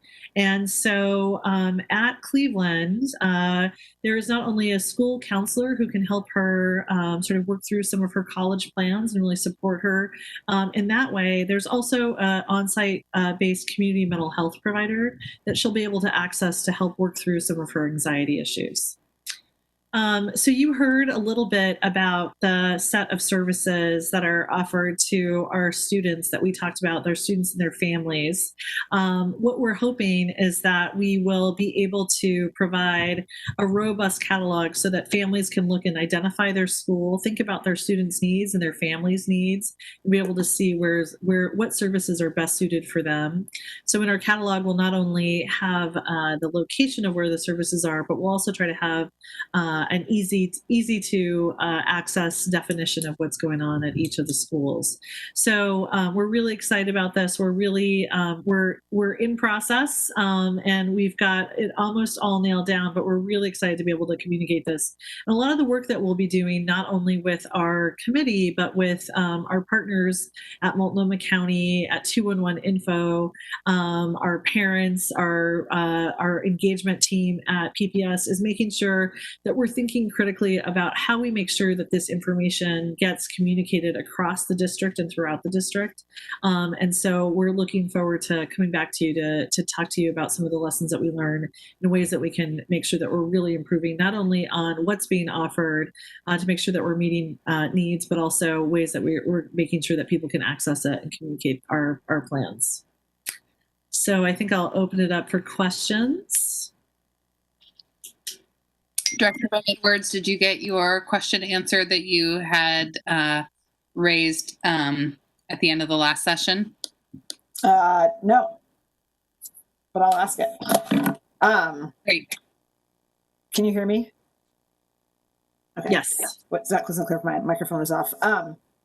So I had some technology questions. So earlier, when Dr. Bird was talking, he talked about you might in the morning class when it's the synchronistic opportunity when you have a classroom that you'd have the screen of with all the tiles of the student photos. And from talking to teachers last spring, they said that generally the practice was students had their videos off. And I'm wondering what our policy is and if it's there. Sounds like there's a lot of benefits of having them on, just the engagement level. But also there's questions about when students have them on, privacy related questions and what's in the background and whether people are taking screenshots.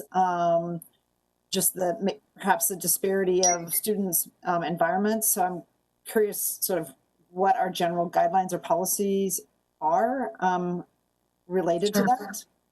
Yeah, I'll turn it over to Sean. And I would also just say that Brenda Martinek and our Title IX director have been working on digital citizenship, where we want to sort of like not only talk about policies, but talk about like a culture online and sort of how do we ensure that we're really supporting students to be good digital citizens and to be really supportive of each other, you know, and create cultures where it's free from harassment for sure, but also ways that students can support each other and be aware of some of the issues. So Sean, I think also can answer. So in addition to that, you notice if you look at me or Jonathan Garcia, you can't really, our background is blurred. So that's a feature that Zoom has. That's also a feature that Google Meet has just introduced. So we're trying that out. Some of us are trying that out in the district. So there are ways that you can minimize the background because we don't want children to feel, you know, embarrassed or whatever about, you know, their background. So there's that. But is there a policy that the district has around turning the camera on or off? No, teachers, you know, different teachers approach that different ways. But as Danny said, we do have our digital citizenship lessons that we're teaching our students and also our teachers, so that, you know, we have some guidelines about how to deal with, just as you would in a classroom, how to deal with bullying, how to deal with misbehavior of students that are online. And so, you know, we will address those issues on a case-by-case basis. And, you know, there are kids that, you know, they may not want to show their face online, but they can certainly participate through the chat. So teachers can monitor student engagement in different ways. There are, you know, there are instant polling things on some of these programs that you can use. So kids will have a variety of ways to engage in the platform. I would just add, I think that's right. I think for a lot of the reasons you listed, Director Brim Edwards, I don't think we want to have any hard and fast rules around camera on. I think we want to focus on the responsible participation and afford our students some level of judgment. I had an opportunity to observe arts classes last week, and I had a chance to maybe visit 6 or 7. It was early in the morning in some cases, so not every student wanted to have camera on 100%. Maybe that was a reason, I don't know, but they were really good about when they were asking a question, when they were contributing a comment, they would turn their camera on, they would leave it on for a little while, sometimes they would take a break for a minute. You know, so we want to leave that to sort of our educators building sense of community with our students. We'll monitor for it. It's a great conversation to have with our educators around, you know, is this turning out to be some kind of an issue if our students aren't visibly on the screen 100% of the time, for many of the reasons that we want to be sensitive about that you raised. Right, thank you. All right, did anybody else have any other questions for Ms. Ledesma or for Chief Bird? I have a question. How are we supporting teachers who are parents of students? And then there's also a whole childcare question, but this first part at least is specifically for you're a teacher, you're trying to teach at home, your 8-year-old is trying to be in on a class, something happens, they lose contact, Sure. Well, What's a parent to do? Yeah. So on childcare, in childcare big picture, I'll sort of refer back to like a lot of our planning is evolving. So we're receiving additional guidance from ODE and then responding. So we should have some pretty definitive plans moving forward around childcare later in the week, and so we can speak to that. I might turn it over to Sean to talk a little bit about some of the negotiations around the contract with teachers and sort of how that's been discussed in terms of supporting them while they're doing that. I think, yeah, I don't want to pause it, but I think he's got the right answer right there. Thank you, Danny. I wish I had these answers. So yeah, we did talk with our labor partners about that, and that's why that's one of the reasons that we wanted to establish a regular schedule for teachers, and that's one of the reasons that we originally we had thought, well, we'll have sort of standard schedules across the school district, no matter the level, but then based on feedback from parents, community members, and our educators. They said, we have our own show, we have childcare, we've already arranged it, we based it on our schedule that we are normally working. So what can we stick with that? So that's why we made a modification and stuck with that schedule. And remember that teachers will be online with students sometime. They'll be students will be working independently other times, and that is also there's time in the day that's built in for parents, for teachers who are parents that have to sort of tend to their own children while they're trying to also do their job. So we tried to build in some flexibility, of course, but their primary responsibility, when they're working is their responsibility to their students that they're teaching. And just as we were in the spring, we actually didn't run into too much of an issue with that. Principals will deal with that as it comes up, but it actually was not a real issue in the spring that rose to where it was a real problem. Chair Lowry, if I could ask, and we had a question about how students might feel about cameras on 100% of the time, and I would be curious to hear as we get underway from the student perspective. But we have student rep Shu here, and I think he was trying to raise his hand, so maybe he has a thought on that, or maybe a different comment altogether. But I would be curious to hear on the student experience, and I'm sure we'll want to share with the board a report out once things are underway.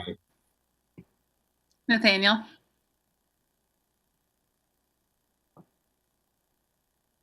Yeah. In terms of the camera question, I do not think that having any sort of formal policy in place would be a good idea, for the reasons that have been mentioned. But with that said, I think that it is generally beneficial for people to be on camera. So I guess if we could find a way to encourage students to keep their cameras on without mandating it, especially, if there's a specific issue that they're facing, that would be ideal.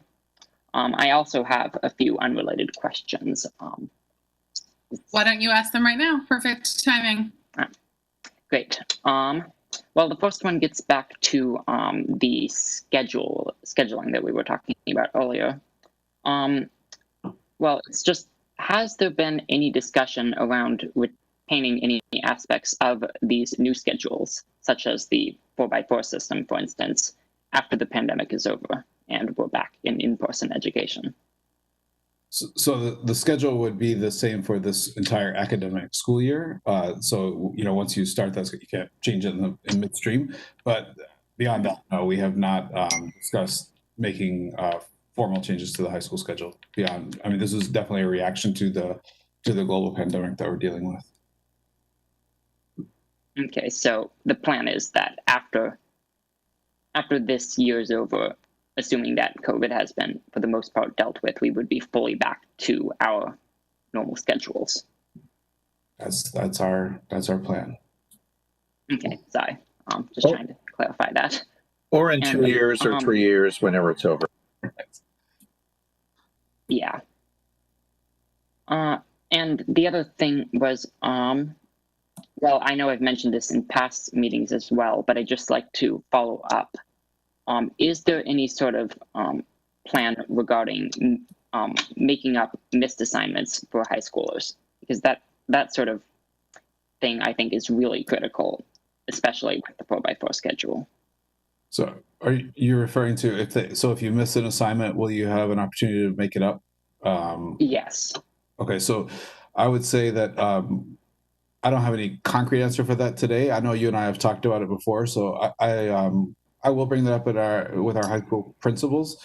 But of course, we are encouraging, and I know that our teachers have been flexible, and we're encouraging flexibility for students and for adults in this environment. So I will follow up with that, and you and I think we have another meeting scheduled already, so we can discuss that in further detail. Yeah.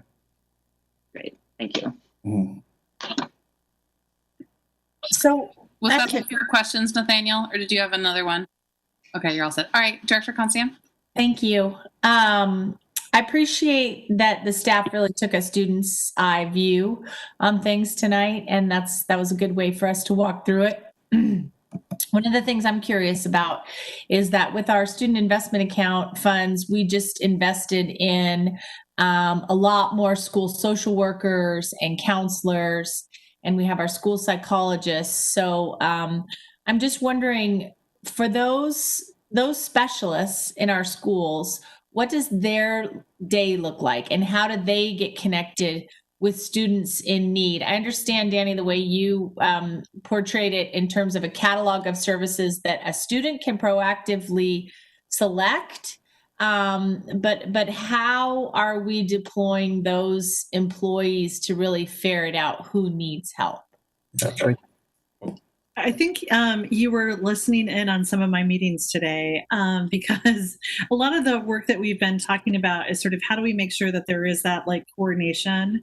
Like a real central issue for a lot of our principals and partners has been, how do we make sure that we avoid the situation where one student doesn't have six people sort of really trying to sort of land on the student and the family, while the student next to that student has zero.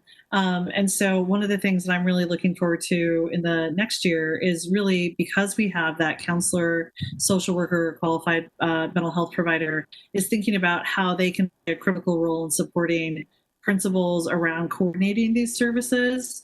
We've talked a lot about the need for sort of aligned sort of referral for students, identifying students in need and families in need, and then also thinking about how to make sure that the whole set of sort of providers and support are really aligned. And so I've heard principals and service providers talking about that critical role of the counselor and the social worker in doing some of that alignment. Thank you. Can I ask a question about food? Absolutely. My food is at the door. My Postmate is coming soon. So let's talk food. And this is going to get a little wonky, I'm afraid. So one of the ways that we were able to deliver, 1.2 million meals was that there was a waiver in place that allowed us to make use of federal resources, but in a remote environment. And the Federal Department of Education has rescinded that waiver now. So it's going to make delivery of food, I think, much more complicated. And this is fairly new, so you're allowed to say you're not quite sure how this is going to work yet. But has there been any planning around, do we know how this is going to work? And what can we do as a school district and as a larger community to, because I'm guessing I'm guessing we're going to lose some federal resources, and there's huge need in general out in the community. So what can we do? So I'll let Russ speak to the specifics about the funding of our nutrition sites. He heads up our sort of operational site. But one of the things I'd say in terms of like accessing, because we know that there is going to be a more and more increasing need for food, you'll notice that we have more, I think it was like Sean's really good idea to make sure that we have more nutrition sites than we had before. And then we're really trying to focus in terms of how it works on making sure that there's that coverage between the days that PPS is offering food and nutrition to our students at those sites, but making sure that those sites that we're really doing really strong communication. So that on those days that it's not available, that the food pantry sites that's run out of the food bank in partnership with Multnomah County and our Sun providers, where families can go and access and sort of shop for food at those sites, that we've got every student who's really, every student and family who knows about that. So David Roy's team is really sort of working on making sure that we're continuing to do those question and answers of like, on which days, where do we get food? And then what's the sort of like map of where you go. And so I think what at least, a quick scan is that we've got pretty good geographic coverage as well as that sort of side-by-side coverage as well. And so we really need to make sure that we're doing a good job of communicating that, showing the map. And so I'm really confident in David's team and sort of making sure that we've got that. So the existing model. The existing model is still going to be doable under the federal regs now? I think I see Russ, who can talk a little bit more. I haven't been part of the funding conversation for nutrition. So let me lean in on this, Director Moore. To be perfectly honest, I'm not prepared to talk about the funding component of this. This would be something that I'd be happy to return to as a discussion point for our next meeting. I know our food service team has spent a great deal of time planning on how to make food available, including even home delivery for some students using our buses as the means to get food to families. I also know that they have looked at an expansion of community eligibility as a way to be able to reach more families and provide a larger range of services. But your specific question in terms of the change in the guidance or change in the waiver and how that's impacting funding, I'm not prepared to speak to at this point in time. And we do have PPS, I know right now, is actively asking families, the principals are asking families if they're unable to come to distribution sites, if they need home delivery, and then compiling those lists for our bus drivers. And then also our food pantry partners have their own volunteer networks that deliver the weekly boxes to families who are unable to come and pick them up. So that communication is going on now. And Rita, I think it's still a little bit unclear what the USDA mean-spirited refusal to extend the waiver on the terms of the school lunch program, what that is going to actually look like. But I do know that there is vociferous opposition in Congress, and our whole Oregon delegation is working hard on that, and the Council of Great City Schools is working hard on that because it's just plain mean. And so we're working on that, and also just don't know exactly what those changes mean in terms of inhibiting us from getting food to kids. Thank you, Dr. Constam. All right, we only have. I have one more I've got one more comment about the food. We haven't heard from Michelle or Andrew, so I was just going to say 5 minutes left. Michelle or Andrew, do you have anything to add? Just on the topic of food again, I'm wondering if we have the capacity to sort of map out some of the other providers in the network, partner organizations such as the Oregon Food Bank, independent pantries, so we can help the people within our system. Also, partnering with our culturally specific organizations and 211. So kind of everyone knows the lay of the land where food is available should they need it.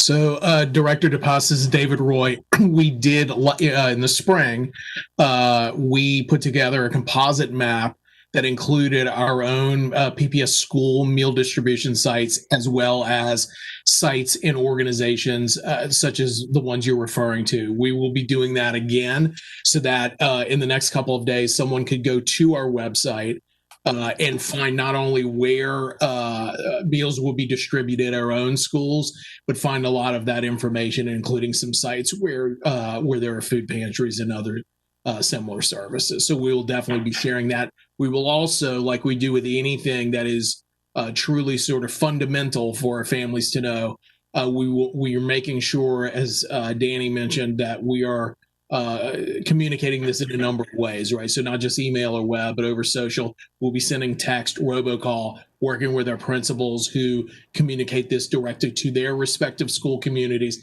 and making sure our community partners know that as well, so they can disseminate it as well. Thank you. Thank you. Andrew, did you have a comment or question? Yeah, just a real question going. First of all, thank you. I mean, this was an incredible amount of information. I really appreciate, and I'm hoping the public is watching or that they can go back and look at the slideshow. The complexity that went into planning the scheduling, planning the wraparound services and student supports is incredible. So thank you for all that work. Going way back to Dr. Bird's presentation, I realized there's a question about scheduling. So I really did appreciate sort of going through from a student-centered lens. When you talked about the IB students and IB program, again, it wasn't 100% clear. Are they doing something different than the 4x4? And how is that working with sort of students at Cleveland or Lincoln who are not going to be going for the IB? Thank you. So they are doing a full year schedule as they have now. So you saw 8 periods instead of 4 that they'll rotate through the whole year. And at both schools, because of the complexity of the IB program and really it being a 2-year program that requires the additional time, all students at Cleveland take some IB class. So it is an IB for all schools. So every student would be involved some way in AP. Where you will see a variation of that is in the 9th and 10th grade, where they might not need a full 8 classes, but because of Division 22 requirements, students have to be scheduled for full time load. So if they're whatever their schedules, they have to be scheduled for that, except for seniors who can be scheduled for 6. What you saw in that example though was even so that student was a full IB diploma student, so she had some IB study periods built into her schedule. So not all those classes are academic, so it lightened their load. Students that are not participating fully in IB will have more elective choices, so they may be able to be in the band and also have an art class and also have a study hall to help support their academics. So they'll still have the same credit. Everybody in high school, in our high schools, will have the same opportunity to earn the same number of credits. It's just how you dice it up over the year. But you need 6 credits to be on track for graduation each year.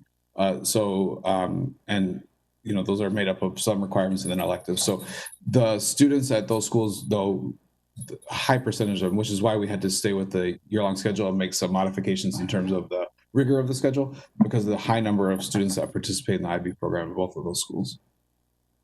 So I appreciate that.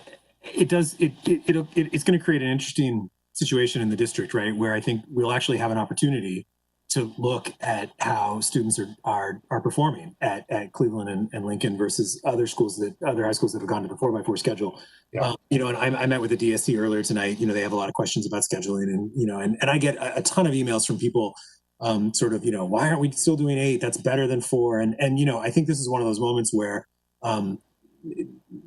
you are all educational experts, and throughout the country you're having these conversations, and I trust that you are moving towards what is sort of the consensus view, right, around what's going to be best for the students, and I think it makes sense to me why a 4x4 schedule might make sense. I think this is an opportunity to sort of see how that's working. I would really encourage the principals at those 2 high schools, as well as area senior directors and staff, to be really focused on the students in those schools who might not be going for full IB, who might actually be struggling. I mean, if this theory about online learning and the challenges is correct, we've made accommodations now for the IB students, but perhaps those accommodations will actually do harm or damage to the non-IB diploma students.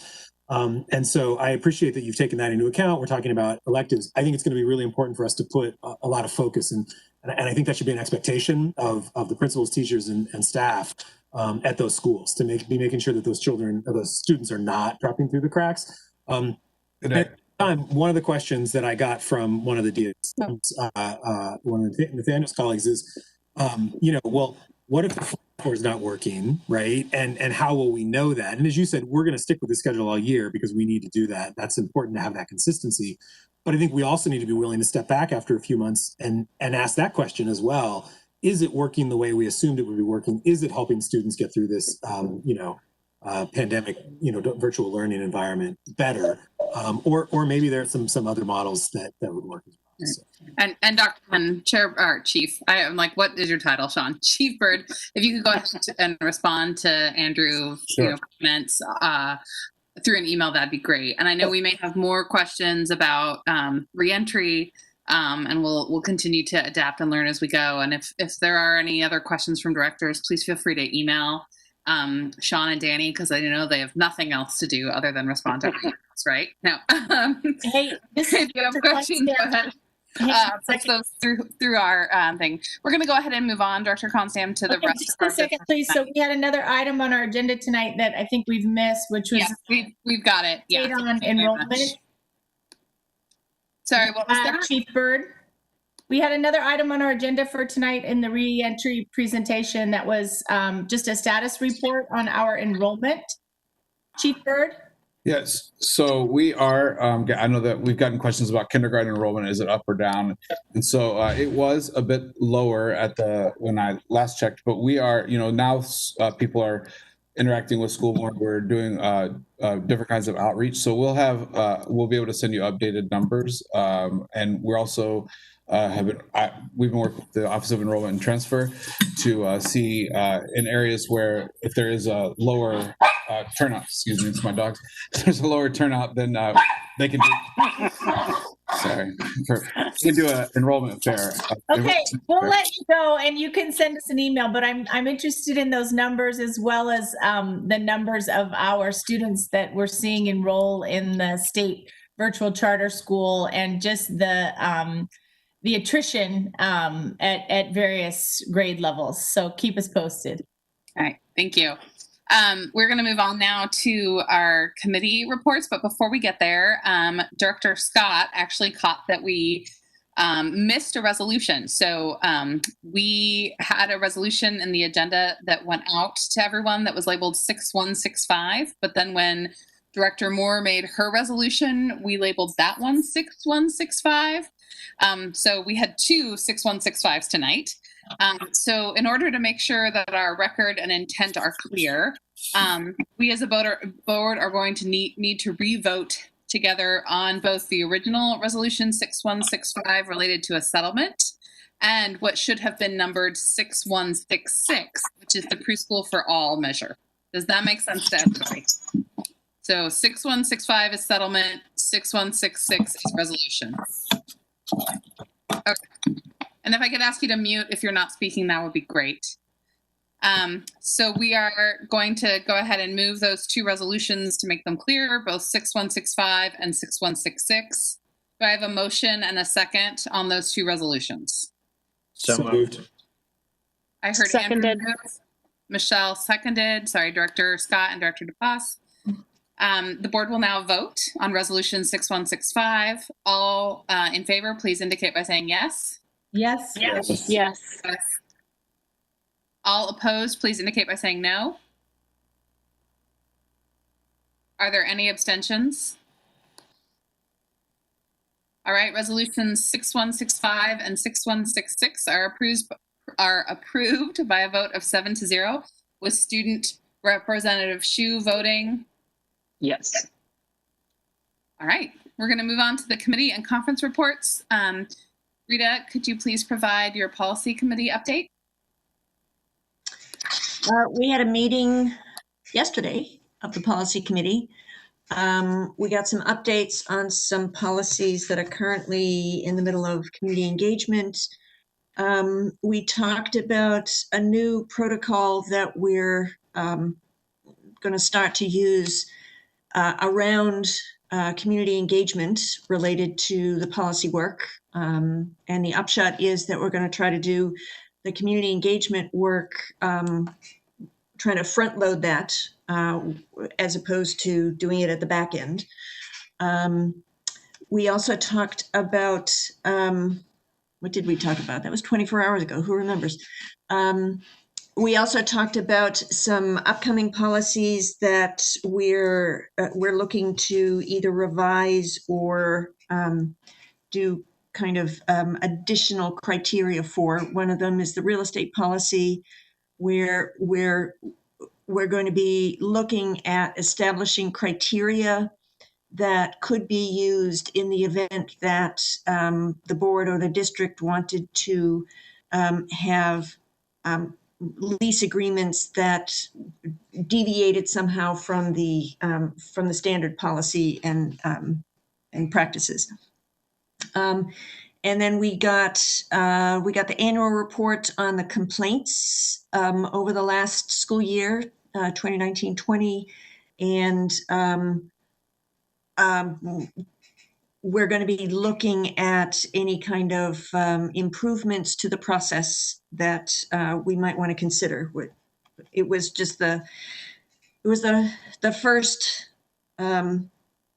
kind of the first attempt to look at how the policy has played out on the ground over the last 2 years, and staff will be coming back to us at the next policy committee meeting with some recommendations for some slight amendments to the policy.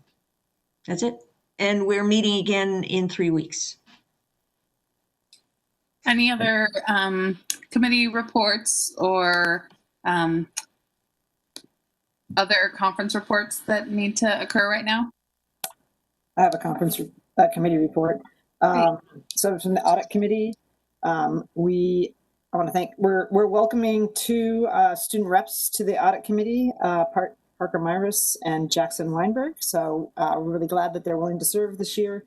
In addition, the longest serving audit committee member in recent memory is cycling off, Kari Guy. She's been a great addition over several iterations of the committee.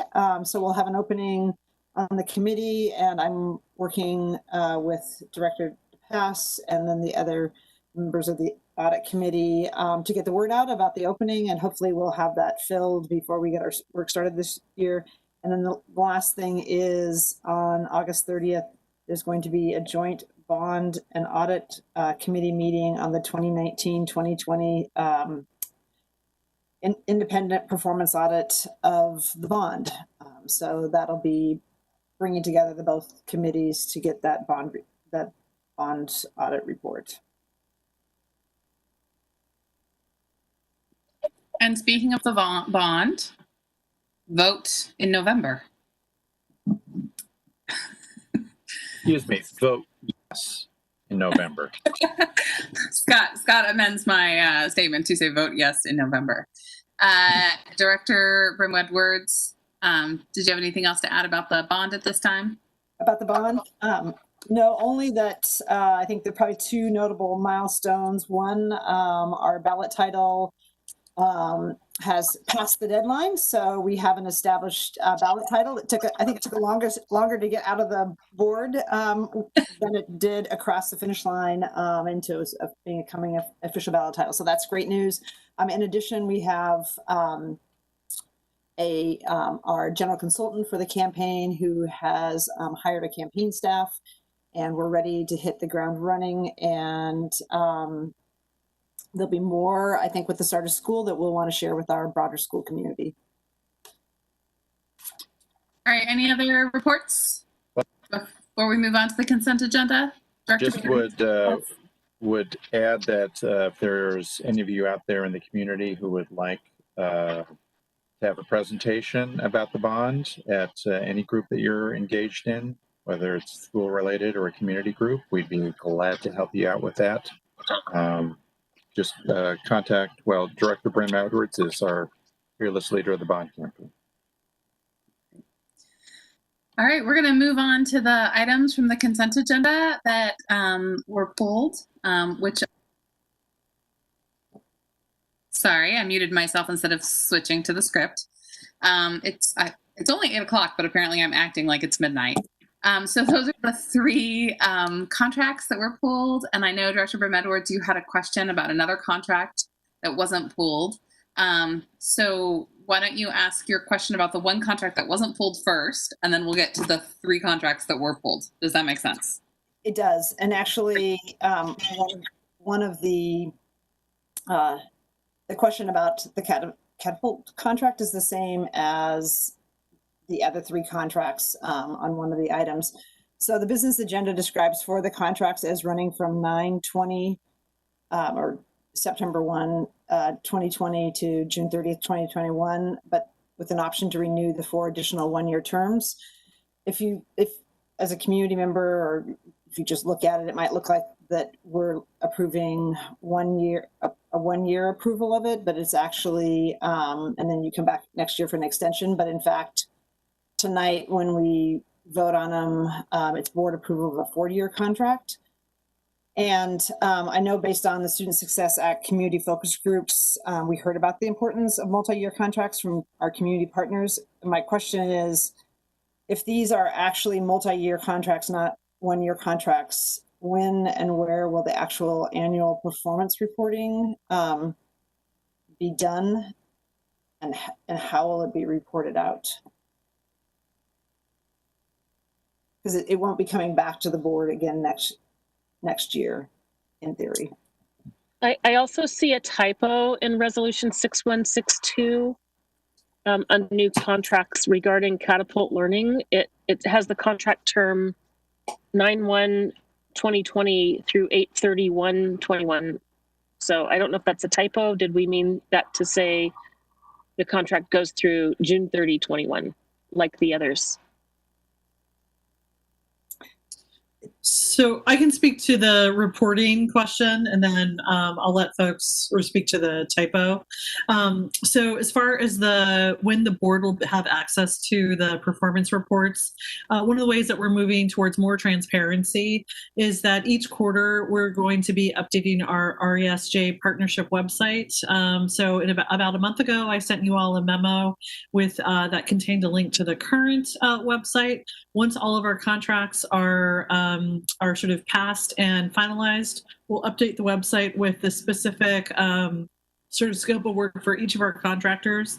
And then once a quarter, we will publish the reporting on the sort of progress of our contractors. So the first question I would say is that the board, as well as the public, will have access to this to the contract performance.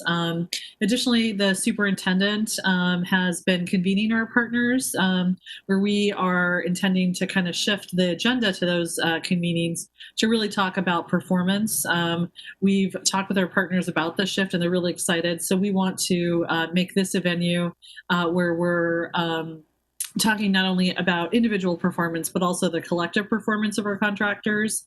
They're really interested and engaged around the ideas of sort of how they are surfacing best practices amongst themselves, and really committed to our goal of really increasing the impact of these contracts.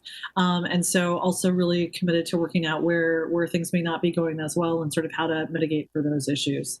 I'm also really happy that you all have been so engaged around these partners. I think once we get re-entry down, these contracts get finalized, we'd like to kind of bring each of our partners by strategy in front of the board to really give you more information about what exactly they're doing. And so you'll have a chance to kind of hear a little bit about their past work as well as sort of their work moving forward. So one of the goals that we have with these partnerships and through the investment strategy that I'm happy to resend the link to you all is increasing the transparency and really publishing not only to our board and to our own PPS community, but to the partner community at large, is making sure that folks know that we are engaging with these partners, not just because they're culturally specific partners, but because of the strategies that really tie into our theory of action. When we talk about creating those racial equity strategies, our partners are executing on these strategies. So I'm prepared to respond to the question about the timing on the contract for Catapult Learning. And it is not a typo. This is federal grant Title I funding, and that aligns to the federal fiscal year.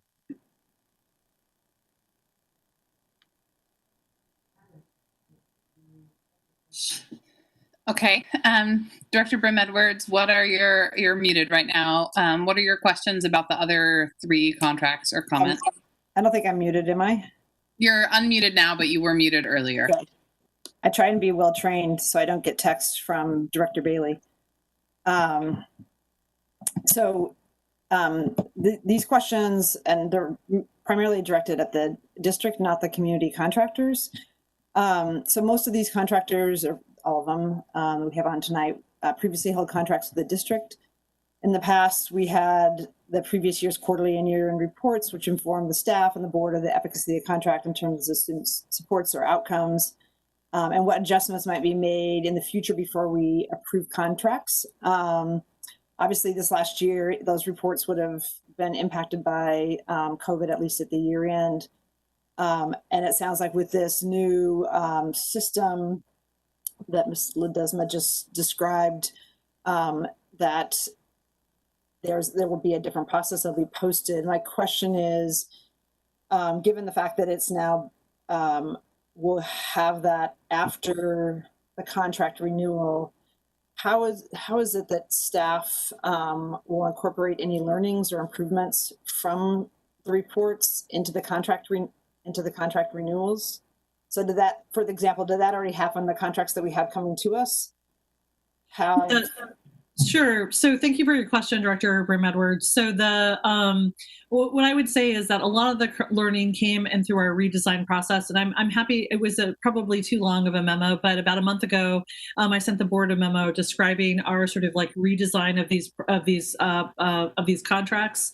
So while we have reviewed their reports and their performance from the last year, what was the most instructive in the execution of this set of contracts that we're asking you to approve tonight, and subsequent ones that we'll be asking you at later board meetings, has been our RFP process. So we heard from our community, we heard from our district about really wanting to put these contracts out to bid. The RFP process was informed by a pretty thoroughly researched, culturally responsive, racial equity, social justice investment strategy. So we asked our partners to submit not only sort of how they would provide services, but we also asked them questions about how they've provided services in the past. We had a review team that was pretty significant. We had multiple departments that were involved, and we also had multiple people. So I think we had like close to 15 people who were part of the review, and they represented staff from the Office of Teaching and Learning, Office of School Performance, Community Engagement, myself, principals from middle school, high school, and grade school. So we had a really wide range of folks. And so I really think about this year as a reset, and the RFP as being the primary predictor of sort of how we are intending to sort of move forward with these set of contracts. So this is almost a reset. So we certainly took into account past performance, but the RFP was the most instructive in the resulting scores, and is what was most instructive in the contracts that you have before you right now. Great, thanks. And I appreciate you mentioning the memo, because it was awesome. And if we don't have this posted somewhere, I think it should be, because it gives, I think, a really clear blueprint of how we're thinking about this in a comprehensive, systemic way. And I think in the past, contract oversight has been an issue for PPS, at least episodically. And so I think the system that's been laid out here provides a really clear, transparent template. And when you reference the reset, I think maybe my next question, it's a just function of the reset year versus an ongoing issue. But when I looked through the board contract, the board cover memos for 2 of the contracts, the cover memo said that there were SMART goals, which are specific, measurable, achievable, relevant, and time bound. That those goals were incorporated into the contract in Exhibit A. When you went through the contract, the actual contract that are hundreds of pages, the contract said the SMART goals are still being developed and won't be available to September 30th. And I have sort of a two-part question related to that. One, is that just a function of the reset, like going forward, they would actually be baked into any contract that the board approved? And then second, given that we're in a transition year, once those have been set, can those be shared with the board in October once they've been set, since we're approving the contract without the minute? So absolutely, we intend to share those as part of our ongoing work. What I would say is that the contracts as provided in both the section in terms of goals and activities, as well as our performance measures, they do have SMART goals, and that they are measurable, they are time bound. We're asking them to do that. In the research and literature review that we did to inform the investment strategy, 3 indicators were found to be one of the most impactful in terms of increasing student performance for students of color. The first was the strategy themselves, right? So we have contractors that are reporting on the activities conducive to the strategy and how it aligns to the strategy. And so that is something that they are currently reporting on and that they will report on quarterly. And you see that tracked in both their activities and the goals that are outlined. The second indicator was having that sort of demographic match of the staff who are doing that. And so that is something that is also reported. You'll notice a section in the performance measures that says staff demographics, as well as the FTE and the time spent. And then the third indicator was, as Dr. Brown, our Chief of Systems Performance, likes to say, the dosing, or basically the intensity of services. So we're asking folks to also tell us how often or how long are you going to be working with each student. So the document that you're requesting, the sort of shared outcome report, is in the past we've had our partners, we've said we'd like you to increase attendance. And so a certain percentage of the students attending your program will have 90% attendance. And so what we functionally the process is that our contractors would call Pamela, ask Pamela to produce a report that has the attendance, and then they would receive that report from Pamela, and then they would return that report to me. So what we're trying to do is to have the district report out the actual outcomes, so part of what the process that we're doing, and just today we had a great meeting with Open School and the 3 high school principals, and we're doing this with all of our contractors, is that we are sort of everyone's across Zoom looking each other in the eyes, saying sort of like, these are the performance measures, these are the goals. We're reviewing the scope of work very carefully. Russ is attending Dr. Brown, is attending each of those meetings. And together we'll co-create that shared sort of outcome report. We don't have that for you tonight because of a couple of factors. We need to, after all of the contracts are reported, be able to sort of go back and review and calibrate sort of like what baseline will be. And there's a couple of factors around the baseline. So we don't have it for you, number one, because we're still negotiating all the contracts. So we want to make sure that this is a shared report.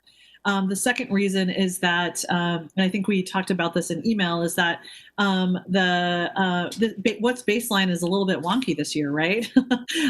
So there are a couple of factors outside of our control, such as timing of assessments, sort of attendance, and sort of how that will be taken, that we want to make sure that we're spending a little bit more time before we establish that baseline. And then each group will be sort of aspiring towards more specific of sort of like what that percentage increase year by year. The one thing I would say is that we're in really good company So the outcomes that we're reporting on are pretty shared by a lot of other funders who are doing similar work that we are. So Meyer Memorial Trust, the Children's Levy, Multnomah County, we're all reporting on very similar things. And so one of the things that I'm really excited about the way that we're looking at performance measures is that we're wanting to make sure that we understand what the leverage is. So what FTE are we paying for? What FTE is Multnomah County paying for? Is Meyer Memorial Trust paying for? And how can, through the use of some common outcomes, can we really look across the whole array of funding that goes into supporting students in their learning to make sure that we are aware of what impact we're funding and what that looks like. So I'm really excited to have Dr. Brown and his big brain part of this. And I think we're really close, but there are some procedural processes that we need to go through to make sure that it's in alignment. So just a clarifying question. So in the past, say an individual contractor would have been, I'm gonna do these activities with this number of students at these schools, and we're going to increase the percentage of those students attending school at a 80% level, or pick some measurement.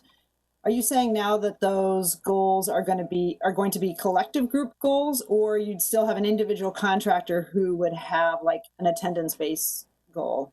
So I'm just trying to understand if we've had a big shift to a collective goal that everybody's going to be accountable for, or is it still going to be like, hey, at Madison Roosevelt, with this cohort of students, we're going to be moving achievement, or we're going to be trying to increase attendance or some other measurement? The goals have always been collective. So contractor A was trying to get to the same sort of like shared outcomes that contractor B was. What we're doing is sort of recalibrating what that baseline is to get more accurate picture of what sort of realistic growth would be, what that sort of, in terms of a SMART goal, what that sort of attainable but also stretch goal would be. Okay, thank you.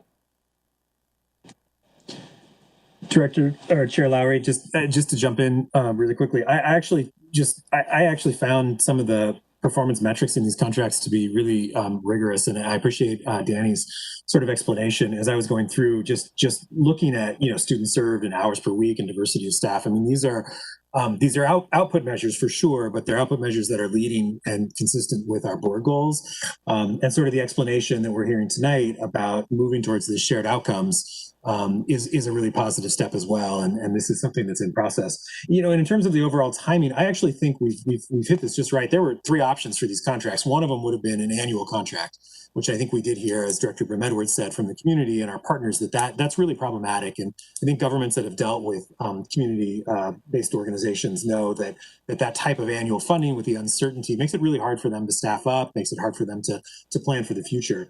So I think a 1-year contract would have been a mistake. The other option, would have been a 4-year contract, which would have been fine, but it doesn't allow for as much sort of checking in and accountability. So I think where district staff ended up with a 1-year contract with extensions, if our contractors, if our partners are meeting goals, is exactly the right place to be, because it gives some of that long-term certainty, but it also allows staff to be checking in.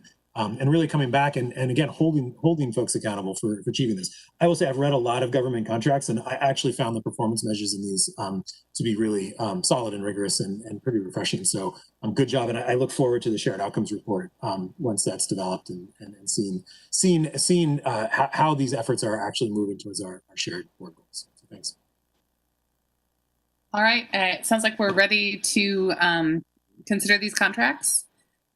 So I need a motion and a second to bring these 3 contracts forward as part of Resolution 6162A.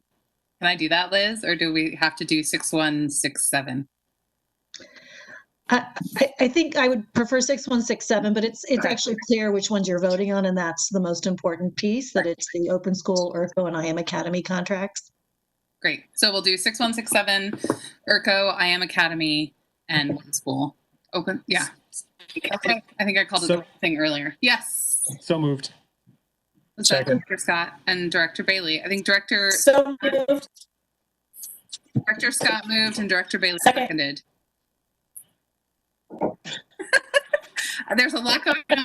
I don't know if my internet connection is bad, but I heard Director Scott and Director Bailey on that one. All right. Close enough.